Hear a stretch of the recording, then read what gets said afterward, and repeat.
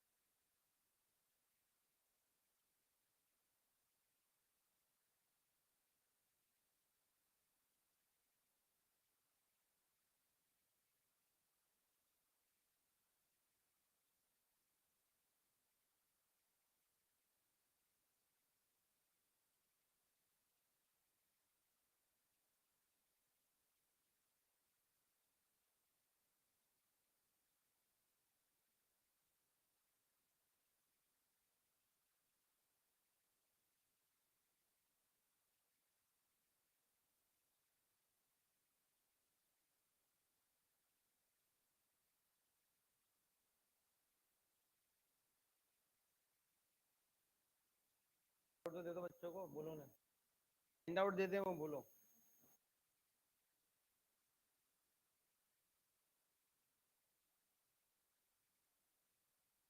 चलिए तो शुरुआत करते हैं।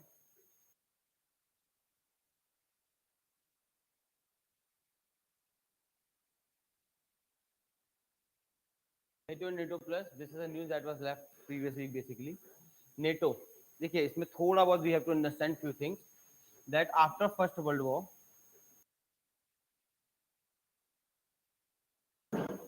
World War I happened.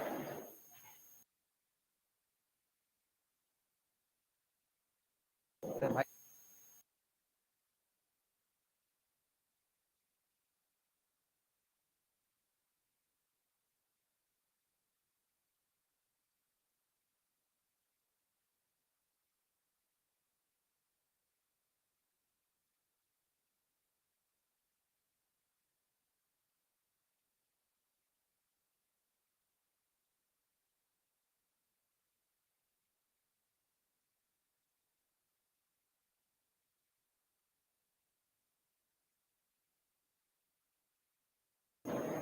चलो सेटल डाउन कर जाओ सब लोग। Good morning everyone, let us start again. So First World War One happened, we know World War One happened. There was a very particular period here, 1917. 1917, and what happened, there was a peculiar thing, Woodrow Wilson 14-point speech. Woodrow Wilson gave 14-point speech in the Congress. That is just like our parliament. They call it Congress, we call it Sansad. That's the only difference. So in that speech, he highlighted a concept called collective security. Okay, this is a very important speech, 1917 Woodrow Wilson speech. It is a starting point of your international affairs.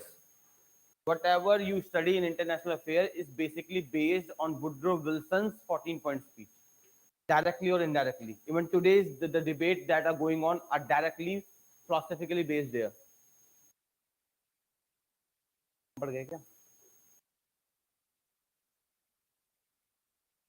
Philosophically based there. So Woodrow Wilson gave the idea of collective security. किसी को कुछ याद है collective security? पहले भी हमने करा है. हाँ, basically नहीं, नेटो का थोड़ा अलग मतलब है, वही मैं बताना चाह रहा हूँ. Collective security basically means attack on one nation will be construed as an attack on everyone else. Means attack on Ukraine is akin to attack on India.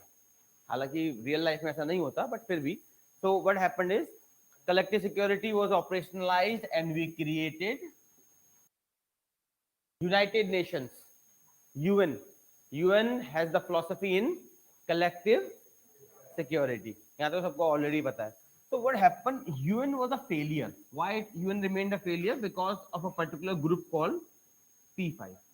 थोड़ा सा UN के बारे में समझिए. There is something called United Nations Security Council, United Nations General Assembly. There are other bodies also, but these are the two important organs of UN. UNGA is like Parliament of India, where everyone come, debates, arrive at policies. UNSC is like Government of India that implement those policies. It is kind of executive wing of UN, if you want to say it. It's a kind of legislative or deliberative wing of UN. बात clear सबको? UNSC में there are two kind of members. One is called permanent, one is called temporary. Basically, 10 members are temporary, 5 members are permanent. We have to focus only on P5.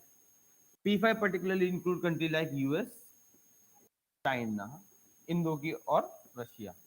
और भी हैं, that is UK and France. उनकी बात बाद में. We know in after Second World War, the world fell for Cold War.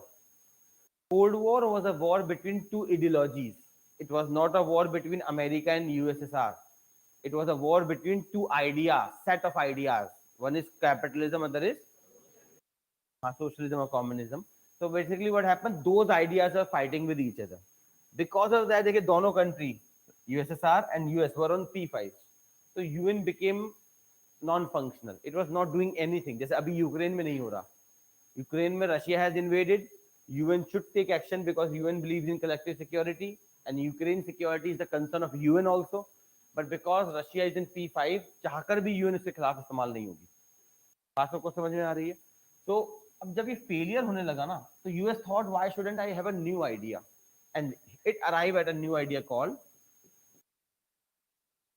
collective defense.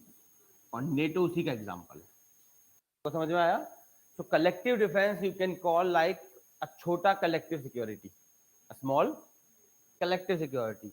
In collective defense, whosoever signed this agreement take an oath to protect each other. Particularly in NATO में we have Article 5. Article 5 is the provision 5th of the NATO Charter, kind of constitution of NATO. यहाँ तो सबको समझ में आया? So basically we started collective security in 1970s में, then League of Nations was in between, then United Nations later on became. It was a failure because of P5. So America thought, why shouldn't I have a new idea called collective defense? And I've always told you, whatever America decides is the norm. जो बोलता है वही norm होता है. Whatever philosophy, theories it coins becomes the common sense around the world. ठीक है? So NATO is the example of that. अब now what is NATO Plus? America has a tendency. America always try to isolate the enemy and bring near the friends in a coalition. America always has a tendency of isolating the enemy and bringing friends together in a coalition. For example, during after Second World War, it created NATO against Russia. It created Manila Pact in Southeast Asia. All Southeast Asia countries were together. It created Baghdad Pact in Middle East. They were all collective defense pact. हालांकि वो अब नहीं है तो इसलिए उसकी कोई बात नहीं करता. The only collective defense which is a reminiscent of the Cold War is NATO. ज़्यादा बात सबको समझ में आई? So what US is now trying to do is it is trying to create a new alliance, a new coalition, because now its primary challenger is China, not Russia. Russia तो खत्म है. देखिए Ukraine war को करके Russia ने suicide कर लिया है. अब यूक्रेन वॉर में वेदर रशिया विंस और Ukraine wins, but US will be the winner. दोनों में कोई भी जीतेगा यूएस ही. In that scenario, Russia is no longer a threat. The only focus of America right now is on China. So it need a Asian alliance now. We want to bring all Asian countries together, particularly neighbor of China, that is India. Indo Pacific इसीलिए कौन किया गया था, that is India. सबको समझ में आ रहा है? India ke US is coming near to India not because it loves India. Keep this in mind. Biden hates Modi. Biden literally hates Modi. Why he hates Modi? Because he's from Democratic Party, Democrats. It is like Congress of India, a bit liberal leftist. While Donald Trump, the other one who used to come from Republican Party, it is like BJP of India, a bit extremist rightist party. So he does not like, and how we know this, when he was not the president of America, Modi ji visited America and said something. अब की बार Trump सरकार नहीं कहना चाहिए था. मैंने आपको पहले भी समझाया, never ever ever interfere in anyone's internal politics. Otherwise, you will become a part of their internal politics, and then any government that will come in power, it will lose flexibility to deal with you. Very good example, Nepal. Nepal में कुछ भी हो जाए, अगर किसी को छींक भी आती है, दे ब्लेम इंडिया. नेपाल से इतने बुरे हालात हैं हमारे. इंडिया का फेवरेट बैशिंग पॉइंट, हर वक्त इंडिया, कुछ भी हो रहा हो नेपाल में, सीधा वो इंडिया का नाम ले लेते हैं, because we are so much involve in internal politics of Nepal. तो समझ में आ रहा है? We should two things we should never do in IR. पहला, never become the part of someone else's internal politics, and never make any country part of your internal politics. Both are disaster. For example, what we have done with Pakistan and Bangladesh. Unnecessary, we have made a friendly neighbor, Bangladesh I'm talking about, a part of our internal politics. Remember CAA, Citizenship Amendment, that Shaheen Bagh protest took place, all drama. It was a utterly stupid effort. Just because you want to garner some vote, you are demonizing a neighbor you need. Because if you see India's map, यहाँ पे you have Bangladesh, यहाँ पे you have Northeast. अब there's a thing. India and Northeast is connected by a narrow corridor known as Siliguri corridor. On the north of it, you have China. If you lose Bangladesh as a friend, then this small corridor can be cut off anytime. This is India's weakness. Why we need Bangladesh? Because we need a direct passage to Northeast. Even if China captures Siliguri corridor, 100 kilometers, nothing to capture in a warfare. In that scenario, at least we have a direct corridor to Northeast. We can be sure nobody can cut our supplies off to Northeast. बात समझ में? And Bangladesh knows that, and that's why it takes advantage of India every time. जैसे आपको पता हो ना, somebody is dependent on you, फिर आप कहते हैं अब आएगा मजा, ठीक है? That's how Bangladesh plays. सबको समझ में आ रहा है? So never make anyone part of your internal politics whatsoever. But उसके बावजूद भी America wants to create, जबकि Biden hates Modi. How we know this? Very simply, recently he visited. We know that. So when he visited Obama, who was a former president, and Biden was the vice president then. So Obama gave an interview. Timing बड़ी कमाल की थी. Obama gave an interview criticizing Modi and his internal policy, particularly with respect to human rights and minorities. Biden welcomed him. देखिए, this is how government behaves. Because Biden cannot say this directly. He is the head of the state. So he used Obama to say this indirectly. बात समझ में है सबको? He does not like Modi, but he wants India. Understand the difference. He may not like Modi, but he wants India. And that's why that welcome was given. It was not given to Narendra Damodar Das Modi. It was given to the Prime Minister of India. उनके जगह कोई भी होता उसको मिलता. The second he will leave the position, कोई याद भी नहीं करेगा अमेरिका में. If you know, before Prime Minister, he was banned from America. He could not enter in America before becoming Prime Minister. जैसे Prime Minister बने, उन्होंने बोला आओ भाई, आप ही का देश है. Why? Because that's diplomacy. Foreign affairs में you brush aside few things. सबको समझ में आ रहा है? And what US is trying to do, it is trying to create NATO Plus. It will be a coalition of NATO member plus other members. What could be that? देख लेते हैं. वैसे आपको पता है, NATO is an alliance of 31 North Atlantic country. It was created by the Washington Treaty. Washington. 29 European and 2 North American. सबको पता है कौन है? Canada and USA. ठीक है? Its headquarters is located in Brussels, Belgium. EU headquarters is also in Brussels, Belgium. आपको मैंने बताया दिया. It was formed in 1994 as a defense of its member against the attack in the aftermath of Second World War. Article 5 provides collective defense. Concept clear है सबको? Collective defence, collective security, failure of UN, why NATO Plus is being created. It is being created for China and China and China only. US has a tendency in the world, it wants to isolate the enemy. और उसके लिए you have to find an enemy, and US always find an enemy. It has a tendency, it always finds an enemy. Why would US want an enemy? Can anyone tell me? We have done this in, I think, 1 month back. Remember Mackinder's and Spikeman's theory? तक तो नहीं था, किसी की शक्ल से याद है किसी को? यही किया था हमने करंट अफेयर्स में, मैकिंडर्स and स्पाइकमैन्स theory.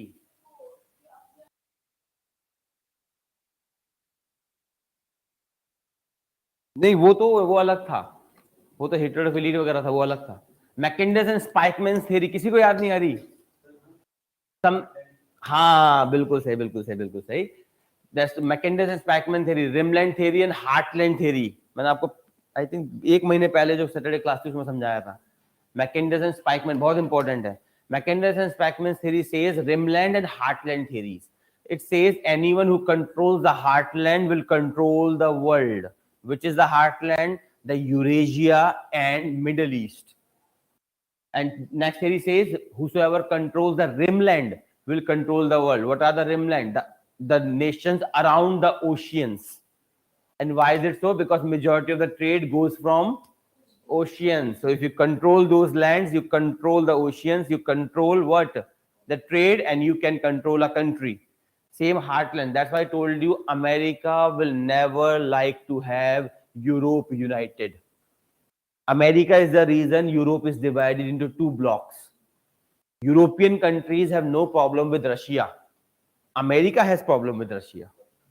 And America will keep this problem on. Why? Because it's common है ना, अगर आपके 2 दोस्त हैं, दोनों में आपको important बने रहना है, तो दोनों का लड़ते रहना बहुत जरूरी है. अगर वो लड़ेंगे नहीं तो how would you mediate? To maintain your importance, you will always have कि ये देखा तेरे बारे में क्या बोला, तूने देखा इसके बारे में क्या बोला. You got the point. Remember that theory, very important theories. 3 theory हमने की थी, 2 मैंने आपको बता दी, Spikeman's and Mackinder's theory. And that's the example here. Why China has been created as an enemy? Because you have to have an enemy to keep yourself relevant in the world. अगर enemy नहीं होगा तो how would you become relevant? और India का China enemy कैसे बना? एक तो हमारा 1962 वॉर हुई थी, that was a backstabbing by China. ठीक है, उसका बदला हम ले चुके हैं, अगर आपको पता हो. 1967 1980s में केवल 1962 की वॉर नहीं हुई इंडिया चाइना के बीच में, उसके बाद भी 2 बड़े बड़े स्किमिश हुए थे, और दोनों में हमने पीटा था चाइना को, 1967 एंड 1980s में. बिकॉज 1962 में वी वर बैकस्टैब्ड. जैसे आपका दोस्त आपको बैकस्टैब कर दे तो आप कैसे कर पाओगे? We were backstab, we never expected China will attack, पर उसने कर दिया. लेकिन next time we were prepared. बात समझ में आ रही है? तो चाइना से we did not have very big animosity. We were like ठीक है, चलने दो हिसाब किताब. But then comes a friend. He was like देखा तेरे बारे में क्या बोला इसने. That's what China did with India. That's what US did with India. US came to India and said, China is your enemy. Chinese rise is a direct threat to your survival. The so-called string of pearls. ये सारी theory हम पहले कर चुके. तुम लोग ऐसे देखते थे, पहली बार कर रहे हैं हम सब. String of pearls. It said China is building commercial ports around the world, particularly in the Indian Ocean. If you combine them, they kind of create a string of pearls. Okay, what China is doing? China is creating projects around the Indian Ocean. अगर आप इसे combine कर देंगे, तो what it will form? A string of pearls. और बीच में कौन है? इंडिया, और ऊपर चाइना, यहाँ पे पाकिस्तान, यहाँ चाइना. ऑलरेडी 2 फ्रंट वॉर है हमारे पास, तो ऊपर से तो हम ऑलरेडी कैप्चर हो चुके हैं. ऊपर से वी आर कॉर्नर्ड, नीचे से it is trying to corner us. China कहता है ऐसा कुछ नहीं है, पर इंडिया कहता है हाँ भाई ऐसा ही है. बट किसने पता ये बात हमें? यूएस ने. हमें खुद पता नहीं लगी थी ये बात. यूएस ने actually US department of defence publish a journal, energy futures in Asia. In that they said that China is trying to circle India into a strategic engagement India was like अच्छा मेरे पीछे ऐसी हरकतें तो India to counter sting ऊपर सबको समझ में आ रहा है. तो चाइना ऑल वो sorry US has a tendency of creating enemies genuine और नॉट. समटाइम जेन्युइन भी होता है, ऐसा नहीं हर बारी वो हरकतें करता है, समटाइम जेन्युइन भी होता है. तो क्लियर है सबको नेटो प्लस का argument. So NATO was created against USSR, China नहीं USSR. NATO plus is being created against China and the reason is Spykman's Mackinder's theory and Alfred T Mahan's theory. तीनों theory बार बार मैं बोल रहा हूं, याद रखिए आप लोग. मैकिंडर्स, Spykman, Alfred T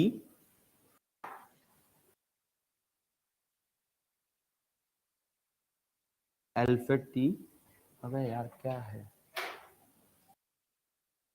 Alfred T महान. याद रखिएगा सब लोग. Alfred T Mahan ocean power theory. The country that controls the ocean will control the world. Spykman's and Mackinder's theory, the rimland and heartland theories. ठीक है, please remember them, very important. चलिए तो बाकी but you need to remember this was all mains analysis. Now let's see what is prelims. For prelims you need to remember the 12 founding members. What you can do this what you can do for this is have a mnemonics. Google mnemonics about NATO, तो कुछ ना कुछ मिल जाएगा. All international bodies in the world, any international body, BRICS whatever they are, सबके आपको क्या पता होना चाहिए. मेंबरशिप कंपलसरी पता होना चाहिए. UPSC ask in the prelims which of the following are और are not the member of this grouping. ठीक है, please remember the grouping membership. For that you have to do Google the mnemonics, select one mnemonics and keep it, change मत करना बार बार. ठीक है, बाकी लेटर ज्वाइनीज है. The last joinees is remember this country Finland. Russia को वैसी पसंद नहीं कि गर्लफ्रेंड पे नजर वैसी है यूएस की. यूक्रेन दूसरी पे भी नजर है, बेचारा वो क्या करे. ठीक है, क्लियर. चलिए नेटो प्लस मैंने आपको समझाई दिया. It's an alliance of country. देखिए Australia, Japan, New Zealand, South Korea, UK. ठीक है, 5 allies namely and it also include basically इसका कॉर्नर कौन है, चाइना. मेन कंसर्न क्या है, चाइना. और इंडो पैसिफिक सबको याद ही होगा, ये टर्म भी मैंने आपको बताया था. It was coined by America. It was called as Asia Pacific. It was renamed to Indo-Pacific because America wanted to emphasize the significance of India. जानबूझ के आप दोस्त का नाम लेते हो ना ताकि लड़ाई हो जाए.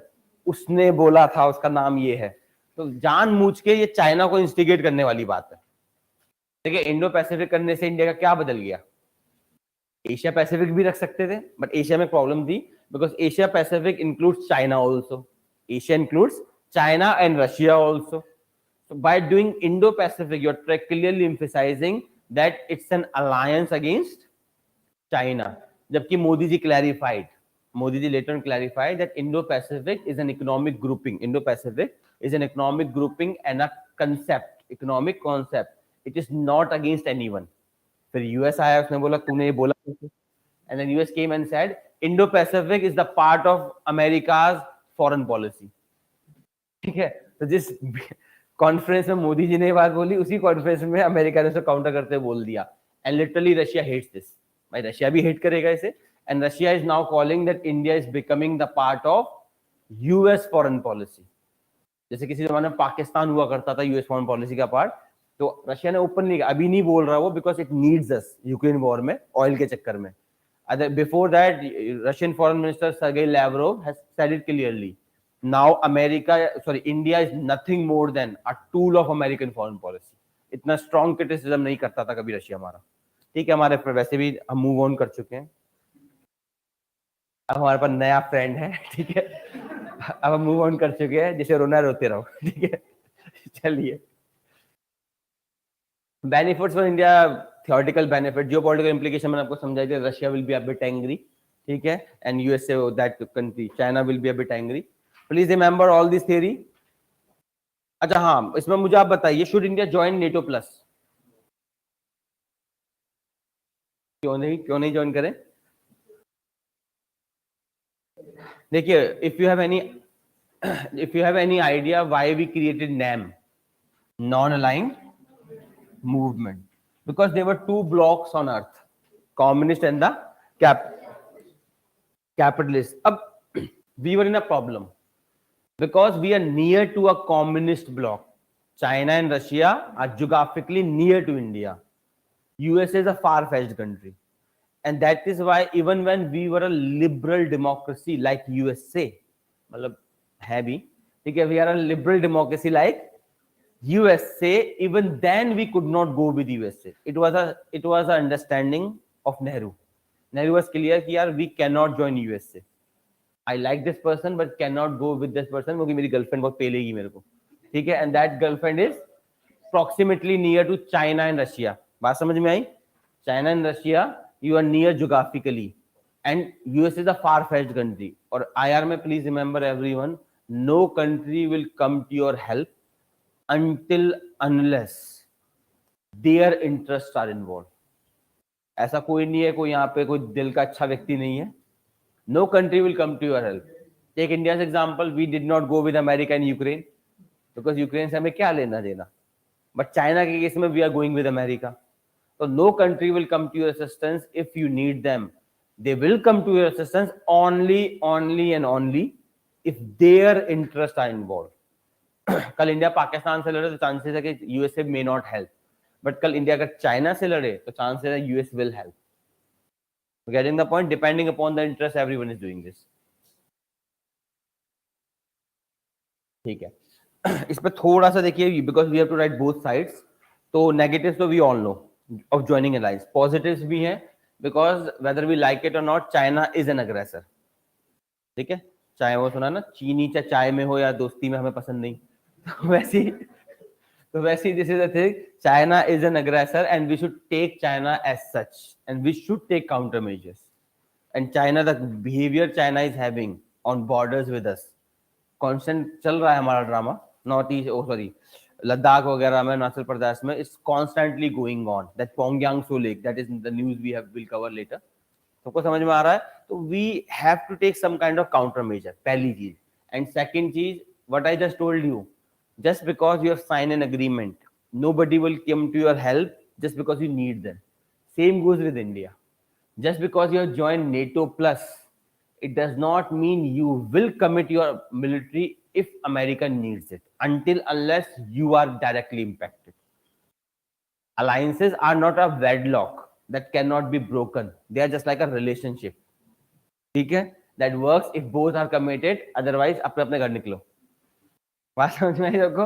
ठीक है, तो these are two sides of argument. You need to know both sides. ठीक है, both sides we have to write. So there is positive of joining it, there are negatives of joining it. And conclusion you can make is, in a overly connected, globalized world, it's time that India has to take sides. बहुत समय हो गया, we have sat on the margins. इसका फायदा भी हुआ हमें. We never made enemies, but we also never made good friends. हमने एनिमी नहीं बनाए पर हमने दोस्त भी बहुत अच्छे नहीं बना पाए. तो by sitting on the margin, this was the problem. तो both sides are there. Let's see what the future holds. ठीक है, चलिए next we will do is article 370. ये मस्त आर्टिकल है और ये मैं आपको पढ़ा के अपनी जिंदगी का रिस्क ले रहा हूं. ठीक है, तो प्लीज इसे याद रख लेना. कहीं मैं मर जाऊं और तुम लोगों को याद भी ना हो, मुझे बहुत बुरा लगेगा. चलो 370 देख लेते हैं. Article 370, why it was in news? Because recently the Supreme Court has started the hearing. Finally Supreme Court को अपने ही केसेस में बैठने से टाइम मिल गया. Remember that case, that Chief Justice of India who sat in his own trial. तो अब इनके पास बहुत टाइम है, तो they are sitting on somebody else's trial. 370. So what has happened here is, we all know what happened with 370. It was an article that was inserted as a compromise. It was inserted as a compromise because initially Maharaja Hari Singh of Jammu Kashmir, he wanted to live independently. He did not want to join Pakistan, neither he want to join India. He was like, मैं तो भाई अकेले रहूंगा. ठीक है, solo life मुझे पसंद है. But that does not work like this. Pakistan ने बोला मैं तो जबरदस्ती शादी कर लेगा. Pakistan tried to capture Jammu Kashmir by force. So Jammu Kashmir was like कि अब इससे बात नहीं करनी, इससे बात करनी है. कौन? इंडिया. होता ना, जिसके पीछे आप भागते हो किसी और के पीछे भाग जाता है. ठीक है, तो same thing happened here. Jammu Kashmir ran toward India, but हमारी भी कंडीशन थी भाई ऐसे नहीं चलेगा, ये कोई रिबाउंड नहीं हो रहा है यहाँ पे, ठीक है. We were like we will help you but first you have to become India as part. हम मदद कर देंगे पर गारंटी चाहिए, क्या पता कल तुम हमारे साथ भी भाग जाओ, कोई तीसरा मिल जाए, क्या फायदा होगा हमारा, तो हमें गारंटी चाहिए कि आप भागोगे नहीं. That is called instrument of accession. We put a condition, we will help you against Pakistani Kabyle and the army, but the condition was you have to come with us. But फिर conditions आती हैं, we're like mutual affair होगा तो conditions होंगी, and that to honor those conditions we created article 370. सबको समझ में आया क्या हुआ? We said them you will join us, then we will help you. They said but I have some conditions, ठीक है, I like pub and party and all. We said fine, let's have a clause called 370 that will make you my partner but with liberties, number of kind of liberties, ठीक है. Let's see what those liberties were. ये मैंने आपको समझाई दिया, महाराजा हरि सिंह ने sign किया था इंस्ट्रूमेंट ऑफ असेशन, ठीक है. Article 370 clearly rights that it is a, पे लिखा हुआ था ये. When Nehru was asked in the parliament कि आपने ये भंगार एग्रीमेंट क्यों साइन किया, पेरेंट्स बोलते ना तुमने ऐसा क्यों करा, तो what happened, he said ये घिसते घिसते घिस जाएगा. What he said in the parliament that it is a provision that will die its natural death. That was so recently जब गवर्नमेंट ने रिमूव किया, अमित शाह इन पार्लियामेंट से हमने घिस दिया, ठीक है. He was saying that it will die naturally, हमने मार दिया, ठीक है. So that was नहीं, literally Amit Shah said this in parliament. Nehru ji ने कहा था घिसते घिसते घिस जाएगा, तो हमने घिस दिया, ठीक है. चलिए. So facilitating the transition of the state from independent princely state to democratic state under India, the provision exempt the state. Keep these provisions in mind. This provision, Article 370, exempt Jammu Kashmir from most provision of the Indian Constitution except Article 1 and 370. Initially, when this article was inserted, only two provision applied to Jammu and Kashmir, Article 1 and 370 itself. सिर्फ ये दो लगते थे. बाकी हमें पता है अगस्त में क्या हुआ, अगस्त क्रांति हुई. कहाँ हुई थी अगस्त क्रांति? मुंबई में. वो कौन सा टैंक है, वो ग्वालियर टैंक समथिंग, जैसे वहां पे उसे आजाद मैदान भी कुछ बोलते हैं ना. Provision of article 370. तो article 370 clause 1, these are very important provision, remember, because government played a trickery. एक मजेदार गेम खेला भारत सरकार ने, उसी को हमें समझना है. Article 370 clause 1 says that except for defense, foreign affairs, finance, communication, except for defense, foreign affairs, finance and communication, the Parliament of India needs the state government's concurrence. देखिए वर्ड क्या है, concurrence, kind of approval. The Parliament of India needs the state government's concurrence for applying all other laws. Thus, the state resident lives under a separate set of laws. आपको पता ही था that Jammu Kashmir had its own citizenship, own fundamental right, everything was there because it had its own constitution. And वहाँ पे residency का law क्या था? Nobody from remaining of the India could acquire property there, could settle there. ठीक है, उनके अपने laws थे. आपको पता है Indian citizen could not purchase property or land in Jammu Kashmir. ठीक है, it's a myth that this provision is available only to Jammu Kashmir. Even in Uttarakhand and Himachal Pradesh, you cannot buy property more than a limit, and some areas are cordoned off. Nobody can buy property except from people from Uttarakhand and Himachal. Same goes in Northeast.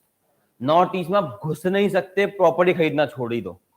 These are called inner line permit states. अगर आप north east का map, कौन सी states हैं ये? Arunachal Pradesh, Nagaland, Manipur, Mizoram. Arunachal Pradesh, Nagaland, Manipur, Mizoram, the border states of north east. यहाँ these are known as inner line permit. कैसी state बोलते हैं इन्हें? इनर लाइन परमिट, शॉर्ट में ILP states. Inner line permit states. You cannot enter in this states without the permission of the state governments. ठीक है, तो ऐसा नहीं है कि Jammu Kashmir was the only area having this provision. थोड़ा सा बाद में डिबेट करेंगे. Apart from this, under Article 370, the center has no power to declare financial emergency. We know there are three kind of emergency in constitution: national emergency, president's emergency, and financial emergency. Financial emergency has been never used in India ever. ठीक है? Okay. It cannot declare, it माने central government cannot declare internal emergency also. External emergency के national emergency के तीन ground होते हैं: war, external aggression and internal disturbance, which was later on made armed rebellion. क्या बज रहा है? देख रहे हो, मैं आपको समझा रहा था ना, गूगल सब कुछ ट्रेस करता है। Basically what happens is three things you require for national emergency: war, external aggression and internal disturbance, जिसको बाद में बना दिया गया था आर्म रिबेलियन इंदिरा गांधी की हरकतों के बाद। ठीक है?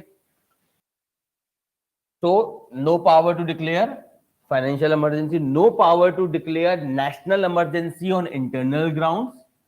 National emergency can be declared only and only on external grounds, that is war and external aggression. ठीक है? These are few provisions you must remember. उसके अलावा the Parliament of India has no power to increase or decrease the border of the state. So these all provisions are under Article 370. So it makes Jammu Kashmir a fiercely independent country. State. Sorry Delhi police. ठीक है? Fiercely independent state. ठीक है? Can Article 370 be removed? अब ये most important बात है, इससे आपको समझ में आएगा कि गवर्नमेंट ने क्या ट्रिकरी खेली है। लीगल है या नहीं मुझे नहीं पता, ठीक है, देखते हैं क्या होगा, वो सुप्रीम कोर्ट डिसाइड करेगा। Article 370 clause 3 says that if you want to remove this article from the constitution, if you want to delete Article 370, you require a public notification by President of India which will declare that this article shall cease to operate, but on the recommendations of.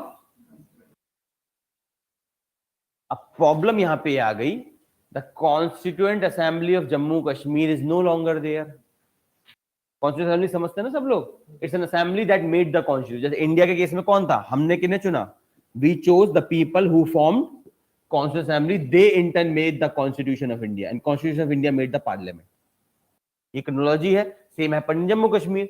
The people of Jammu Kashmir chose a constituent assembly which made the constitution Jammu Kashmir which made the legislature of Jammu Kashmir. अब the problem is this is no longer there, हमारे case में भी नहीं है। The problem this article has is if you want to remove this article you require prior recommendation of constituent assembly. उसके लिए पहले constituent assembly बनानी पड़ेगी। This you have to make. इसको अभी हम कंपेयर करेंगे हांगकांग के साथ, but China is doing with Hong Kong, तब गेम में मजा आएगा। ठीक है? Of course parliament can amend the constitution, because constitution तो पार्लियामेंट ही अमेंड करती है, but there is something called judicial review also. Judicial review is the power given to judiciary under the constitution to review the laws made by the parliament, amendment made by the parliament, actions of the government, and even orders of lower judiciary, to see that none of them violate the constitution, particularly fundamental rights. So what is judicial review? It is the power of judiciary to ensure nobody do anything that the constitution does not permit. ठीक है? So this can happen. तो problem सबको समझ में आया? problem क्या हुआ? Problem is this: to remove Article 370, you require the recommendation of Constituent Assembly of Jammu Kashmir. That is no longer there. So you have to first constitute the one. ठीक है? Above that, the Jammu Kashmir High Court said that this article is permanent in nature. Before, ये सब कुछ कब हो रहा है? Before the removal. ठीक है? चलिए, ये बात हम नेक्स्ट में करेंगे, पहले समझते हैं सुप्रीम कोर्ट। तो हाई कोर्ट सबको समझ में आया? According to Jammu Kashmir high court, article 370 is permanent in nature. Supreme court में the last case that went to supreme court on article 370 is known as SBI versus Santosh Gupta. In this case, Supreme Court clearly said that Jammu Kashmir has no vestige of sovereignty outside the Constitution of India. मतलब Constitution of India से बाहर जम्मू कश्मीर की कोई औकात नहीं है, simply स्टेटिंग। Genuine बात है। अपार्ट फ्रॉम दैट, उसने बोला कि जो the view of Jammu Kashmir High Court that the Constitution of Jammu Kashmir is equal to Constitution of India is not right. It is not equal to constitution of India. दो चीज समझ में आई। तो last judgement before removal, supreme court said that Jammu Kashmir has no existence outside constitution of India, and the constitution of Jammu Kashmir is subordinate to the constitution of India. Two things they said, but they said another very important thing isme hai, that article 370 is permanent in nature. After saying this, Supreme Court said this, that article 370 may read as temporary, but in fact it is a permanent provision. तो last position हमारे पास यही है, according to the judiciary of India, the supreme court of India, that article 370 is permanent. अब देखते हैं भारत सरकार का गेम, मस्त गेम खेला इन्होंने। देखिए इन्होंने क्या किया, टू रिमूव आर्टिकल 370 हमें क्या चाहिए, कॉन्स्टिट्यूएंट असेंबलीज रिकमेंडेशन चाहिए। इन्होंने क्या करा, there was no government in Jammu Kashmir, वहां पे था governor. Governor is appointed by president. That person is under control of the president. So what the trickery the government played, they passed constitution application to Jammu Kashmir order 2019. Under this order, the president of India passed this order under article 370. ये order किसके तहत पास हुआ है? जितने order president के पास होते हैं जम्मू कश्मीर के रिलेशन में, वो सारे किसके अंदर होते हैं?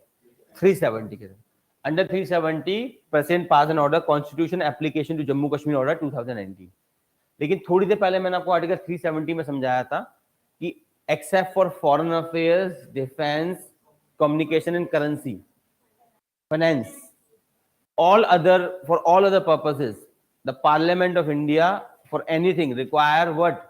A recommendation of government of Jammu Kashmir. But there was no government of Jammu Kashmir. Jammu Kashmir was under the president's rule. Game समझ में आया? तो गवर्नमेंट ऑफ जम्मू कश्मीर कौन बन गया? President of India himself, and on his behalf governor was present there. So when this order was passed, who gave concurrence to this order? The president. तो उसने खुद ही के ऑर्डर को बोल दिया। लोग, कुछ लोग होते हैं ना, बोलते हैं यार यू आर द बेस्ट, खुद को देख के मिरर में प्रेसिडेंट ने बोला तूने सही काम किया है, ये ऑर्डर सही है, ठीक है, समझ में आया? तो this is the trickery the government played. There was no government in Jammu Kashmir, the governor was present on behalf of the president of India. President of India passed an order in which it said that all the articles of constitution applies to state of Jammu Kashmir. पहले कौन कौन सा article लगता था? सिर्फ article 1 and 370. Now he extended all the articles to Jammu Kashmir. ठीक है, और ये तो कुछ भी नहीं है, इन्होंने एक और गेम खेला। They added article 367. कॉन्स्टिट्यूशन में एक आर्टिकल है 367 that says interpretation of constitution. ठीक है, पहली अमेंडमेंट समझ में आई। Under this order they extended all articles of the constitution to the Jammu Kashmir. Second thing they did is they added a clause in 367 that said that constituent assembly, the word constituent assembly used in article 370 shall means legislative assembly. And what happens in a president's rule? All the executive power goes to governor, actually president on behalf of that governor, and all the legislative power goes to parliament. अगर आपको थोड़ा भी idea polity का, in a presidential emergency, all executive power, the power of government of state goes to the president of India. On his behalf, the governor exercises that, and all the legislative power of the legislature of state goes to parliament of India. और वहां तो सरकार थी नहीं। तो समझ में आया? दो चीजें उन्होंने बदलाव करे। पहला बदलाव that all the articles of constitution applies to Jammu Kashmir. Second change they brought is constituent assembly का मतलब क्या माना जाए? लेजिस्लेटिव। अब देखिए मेरी नजर में इट वाज अ ट्रिकरी, शब्दों से खेला गया। कॉन्स्टिट्यूएंट असेंबली किसी रीजन से लिखी गई थी। कॉन्स्टिट्यूएंट असेंबली, देखिए मेरा मेन पॉइंट ये है कि वेदर इट इज लीगल और नॉट मुझे नहीं पता, वो सुप्रीम कोर्ट बताएगा। आजादी भी प्यारी है मुझे, ठीक है, but it is surely unethical. It is unethical by all measures. And how? अब थोड़ा बैलेंस कर लेते हैं सेफ्टी के लिए। Jammu Congress also did the same when it divided Andhra Pradesh, The people of Andhra Pradesh said we don't want to be divided. Congress nonetheless divided Andhra Pradesh for vote bank. Same thing you are doing. वरना understand this. ये जो rights आप देख रहे हैं ना, same kind of rights are with Nagaland. No law of Parliament of India applies to Nagaland without Nagaland's legislature approving it. अब इनके पास भी same rights थे. हालांकि Nagaland does not have a constitution and a flag. Apart from that, Nagaland has most autonomy in any Indian state. Or Nagaland is a state of inner line permit. You cannot enter into Nagaland without the permission of the state. You cannot acquire property. You cannot marry. Nothing. नहीं marry तो कर सकते हैं outside the state. Nothing can happen there except because they want to prevent their customs and cultures. I don't know. There are lot of people have a problem. सबको uniformity चाहिए कि सब एक कलर में बैठे हैं, सब एक कपड़े में बैठे हैं, सब एक भाषा बोलें. क्यों चाहिए भाई? We are a diverse country. We are diverse people. Why everyone should speak one language, one color, one code, one cuisine? क्यों? There is a diversity of opinion. But what the government said, one country, one law. Understand Jammu Kashmir. Why there is no issue on Nagaland? जबकि same provision they have. If you say one country, one law, then it should be for everyone. Then why only Jammu Kashmir, not Nagaland? Because Nagaland does not tick the right boxes in the political checklist. Pakistan, you get India, Pakistan. You get Hindu, Muslim. You get Nehru ki galti. Jammu Kashmir ticks all the right boxes. Nagaland ticks none of them. Nagaland is a Christian state. कहाँ से हिंदू पाकिस्तान? हिंदू कहाँ से India Pakistan? It is a Christian state. ठीक है? Apart from that, it is on Myanmar's border, not Pakistan's border. So India Pakistan cannot happen, Hindu Muslim cannot happen, and also it is not Nehru ki galti. It does not tick any tick box in the political spectrum.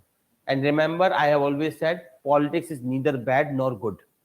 Politics is a way of making something a public issue. एक ना ही बुरी होती है ना ही अच्छी. हाँ, consequences could be good or bad. When you politicize something, the outcome of that could be good or bad, but politics itself is not good or bad. It is just a process of converting a normal issue to a political issue that can be taken care.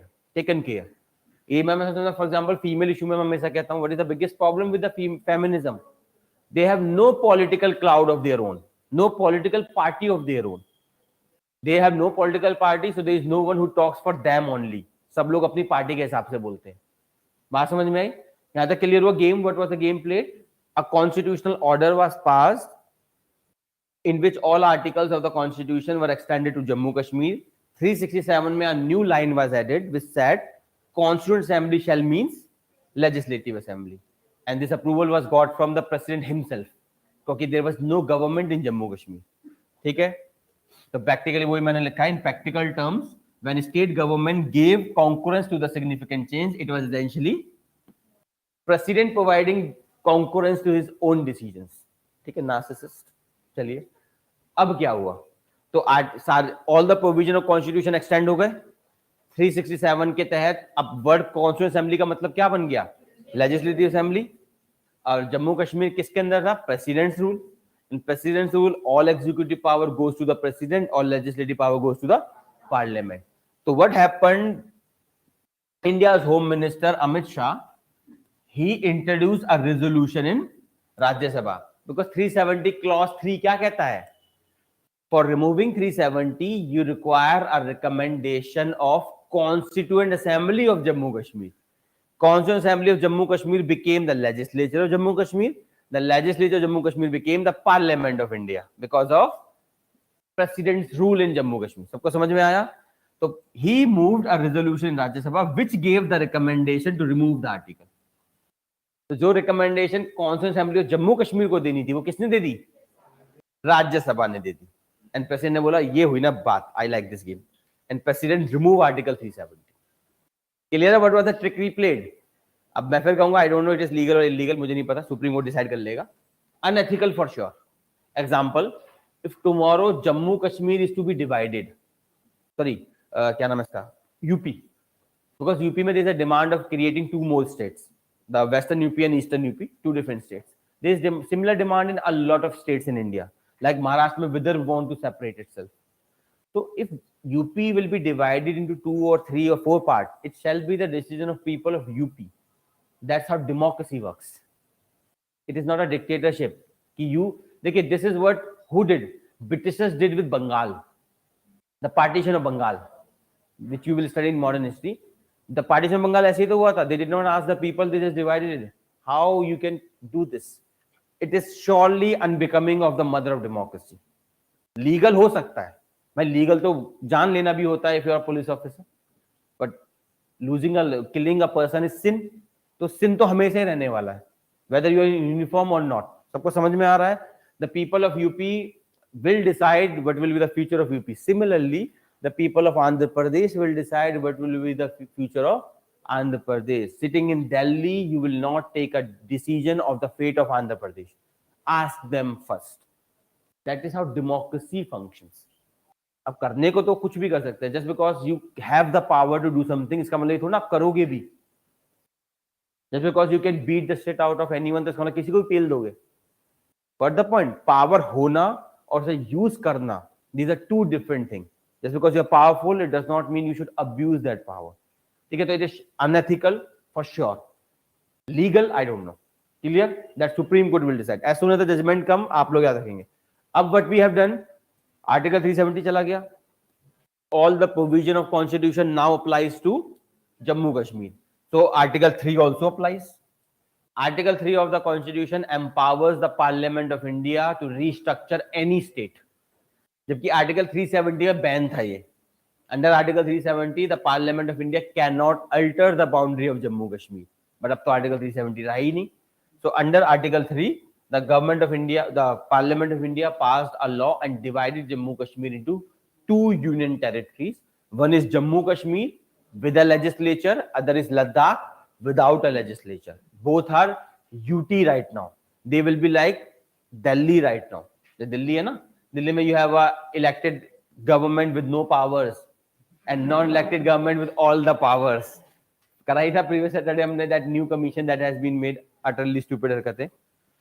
और फिर जब and when we decline in democracy index, फिर सरकार कहती है international conspiracy है. ऐसी हरकतों से डिक्लाइन नहीं करोगे तो क्या होगा? चलिए, एनीवे क्लियर है सबको? तो this was I want to tell, as soon as the judgement come you have to update. जो भी वो बोलेंगे लीगल है, इलीगल है, वो मान लेंगे.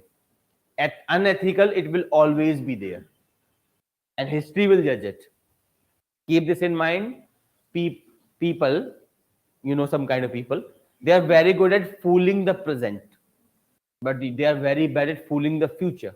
For example, Indira Gandhi was a very popular figure of her time. She was called Indira is India, India is Indira. She was that popular. She had states, she had state government in all states of India except Tamil Nadu. All state governments was with Congress, union government was with Congress. She was that popular. But do we remember her in good terms now? We remember her for the emergency. She has done good things also. She divided Pakistan. She managed India in a very troubling position. She did a lot of good things, but we remember her for that thing. So I can guarantee, currently the population you can fool because media, you know, कैसे behave करता है. But future will judge you, and future will surely say it's unethical. अभी तो power में तो डर लगता है लोगों को, ठीक है? इंदिरा गांधी पावर में नहीं, उसके बारे में कुछ भी बोल सकते हैं. समझ में आई? अब कौन सा ग्रेव से आके पनिशमेंट देगी हमें, ठीक है? तो इस डॉक्ट्राइन को याद कर लेते हैं, then we shall close this news. Doctrine of colorable legislation. It can apply to this. What Supreme Court said in this doctrine?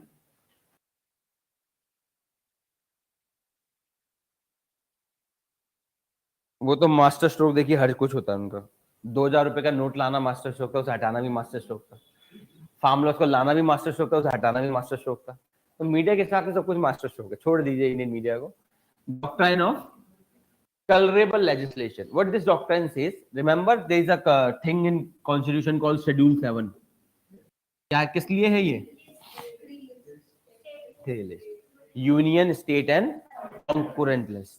In this list there are subjects, and every subject give power to a particular organization, जैसे particularly union and the state. So colorable legislation says, if मान लेते हैं Parliament of India brought a law on union list subject. There is a subject in the union list in Schedule 7. Parliament brings a law. But the real purpose of that law is to take away the power of the states. You brings a law. Union government brings a law, but the purpose of the law is not to stick to the state union list, because again, union cannot enact on state list. So you are bringing a law showing as if it is from its union list, but in real impact, it will impact the state list. Such laws are called colorable legislation. A law which shows that it does not violate separation of powers, but it does violate separation of powers. It does violate federalism. सबको समझ में आया? It applies both ways. If state make a law in state list, but the real purpose is to violate the union list, that is also a colorable legislation. सबको समझ में आया? So in such scenario, Supreme Court can declare that law as null and void. Doctor colourable legislation clear है सबको? नहीं होगा. 370 is now a gone case. मुझे नहीं लगता कोई से वापस लाएगा.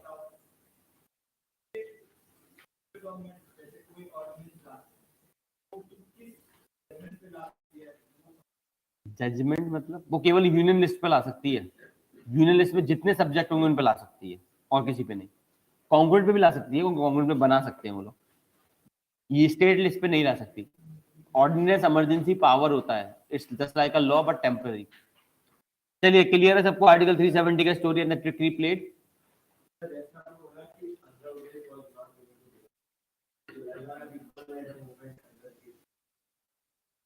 तो मैं एवरेज कह रहा हूँ, जो रेजोल्यूशन पास हुआ था ना लेजिस्लेचर ने मना किया था, और फिर भी सरकार ने डिवाइड कर दी. गलत था. अगर आपको इतना ही था तो वहां पे पूछ लेते, रेफरेंडम करा लेते. हमने करवाया नहीं. हमने गोवा से पूछा था कि आप क्या चाहते हो. गोवा ने बोला हम चिल करना चाहते हैं. हमने बोला फिर तुम गुजरात के साथ मत जाओ, ड्राई रह जाओगे बेचारे. ठीक है, तो हमने उन्हें अलग रह दिया. ठीक है, same goes with a lot of state. कई लोगों से हमने पूछा, सिक्किम से हमने पूछा था कि आप जिंदगी में क्या चाहते हो. उन्होंने बोला हमें मोनार्की नहीं चाहिए. तो मैंने कहा ठीक. ऐसे डेमोक्रेसी फंक्शन करता है. Ask them first. Ask the people what they desire. वरना आप में और चाइना में क्या फर्क रह गया? चाइना भी हांगकांग के साथ सेम ही कर रहा है. China is doing the same thing with Hong Kong. China is diluting the autonomy of Hong Kong, and so does who is diluting the autonomy? We are diluting the autonomy. And why this is all is happening? कोई rise कर रहे हैं power में, नाम नहीं लेना चाहते हम किसी का. हाँ, yes, they are rising in power and they all are basically चाचा भाई वगैरह.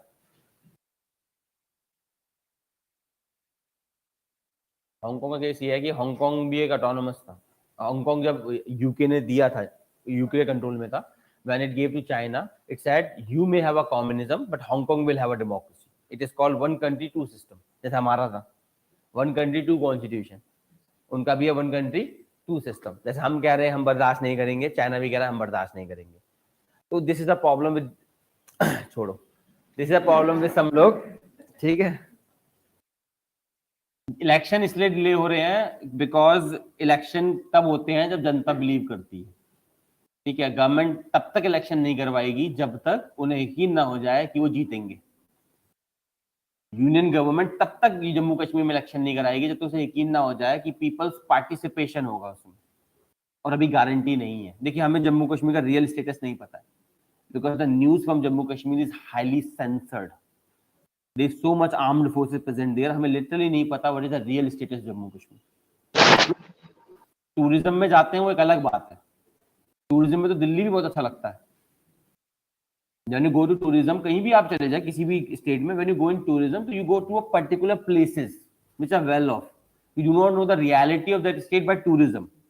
तो कुछ लोग कहते हैं मैं तो जम्मू कश्मीर होके आया, सब चंगा चल रहा है, मेरे को तो कोई प्रॉब्लम नहीं दिखी. भाई टूरिज्म में क्या तुमने जम्मू कश्मीर की हर गली घूम ली क्या?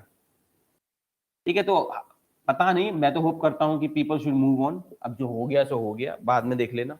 ठीक है, मूव ऑन. बट अभी हमें एग्जैक्ट नहीं पता है. दोबारा मैं एक बार कलरेबल लेजिस्लेशन बता देता हूं. कलरेबल लेजिस्लेशन का मतलब you are bringing a law by union और स्टेट, कोई भी. You are bringing a law by saying it is within my power, but the real reason of bringing a law is to dilute someone else's power. अगर union government brings a law it will say I am bringing the law under my powers of Schedule 7. But the impact of that law will be on the state powers. So such law will be called a colorable legislation. And such law, जैसे यहाँ पे वो अभी trickery खेली गई ना, आपने एक को आपने कॉन्स्टिट्यूशन असेंबली को बना दिया लेजिस्लेटिव असेंबली थी नहीं तो आपने बना दिया parliament. So you played a game here. Clear है? चलो अगली न्यूज पे चलते हैं. अगली न्यूज किसके बारे में? ये छोटी सी एक ग्रामोद्योग विकास योजना. ग्रामोद्योग विकास योजना basically village industry development programme. Simply stating, government of India never impose Hindi. ठीक है, village industry development program, simply stating. So the LG, recently the LG, Lieutenant Governor of Delhi, the real power center in Delhi, whatever his name is, distributed honey bee boxes toolkit to the beneficiary. Not very important. What is important is the program was organized under Gramodyog Vikas Yojana of. There is a commission of Government of India known as Khadi and Village Industry Commission that basically do what? It helps in development of village industries. ठीक है, मुझे जरा 1 minute दो, पानी लिया है थोड़ा सा यहाँ.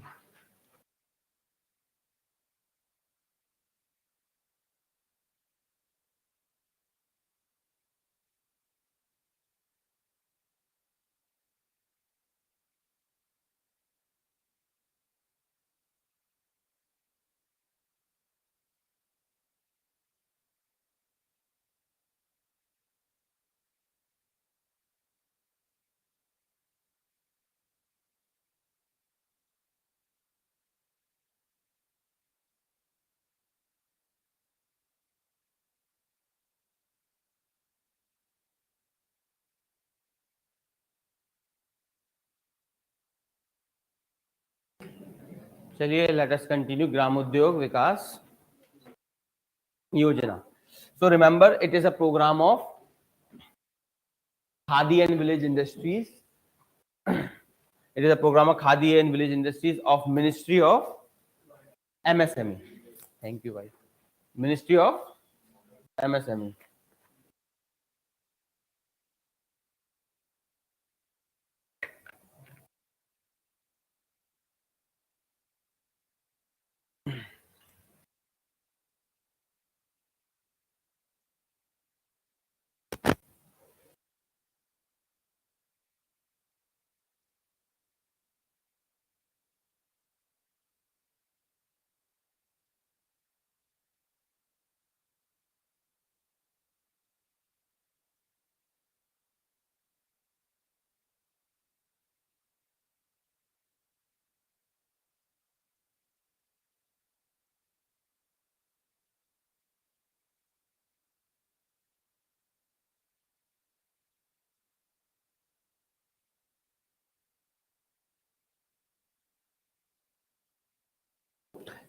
Government schemes, I told you what you have to remember is you have to remember the scheme, the organization brought the scheme, the purpose of the scheme.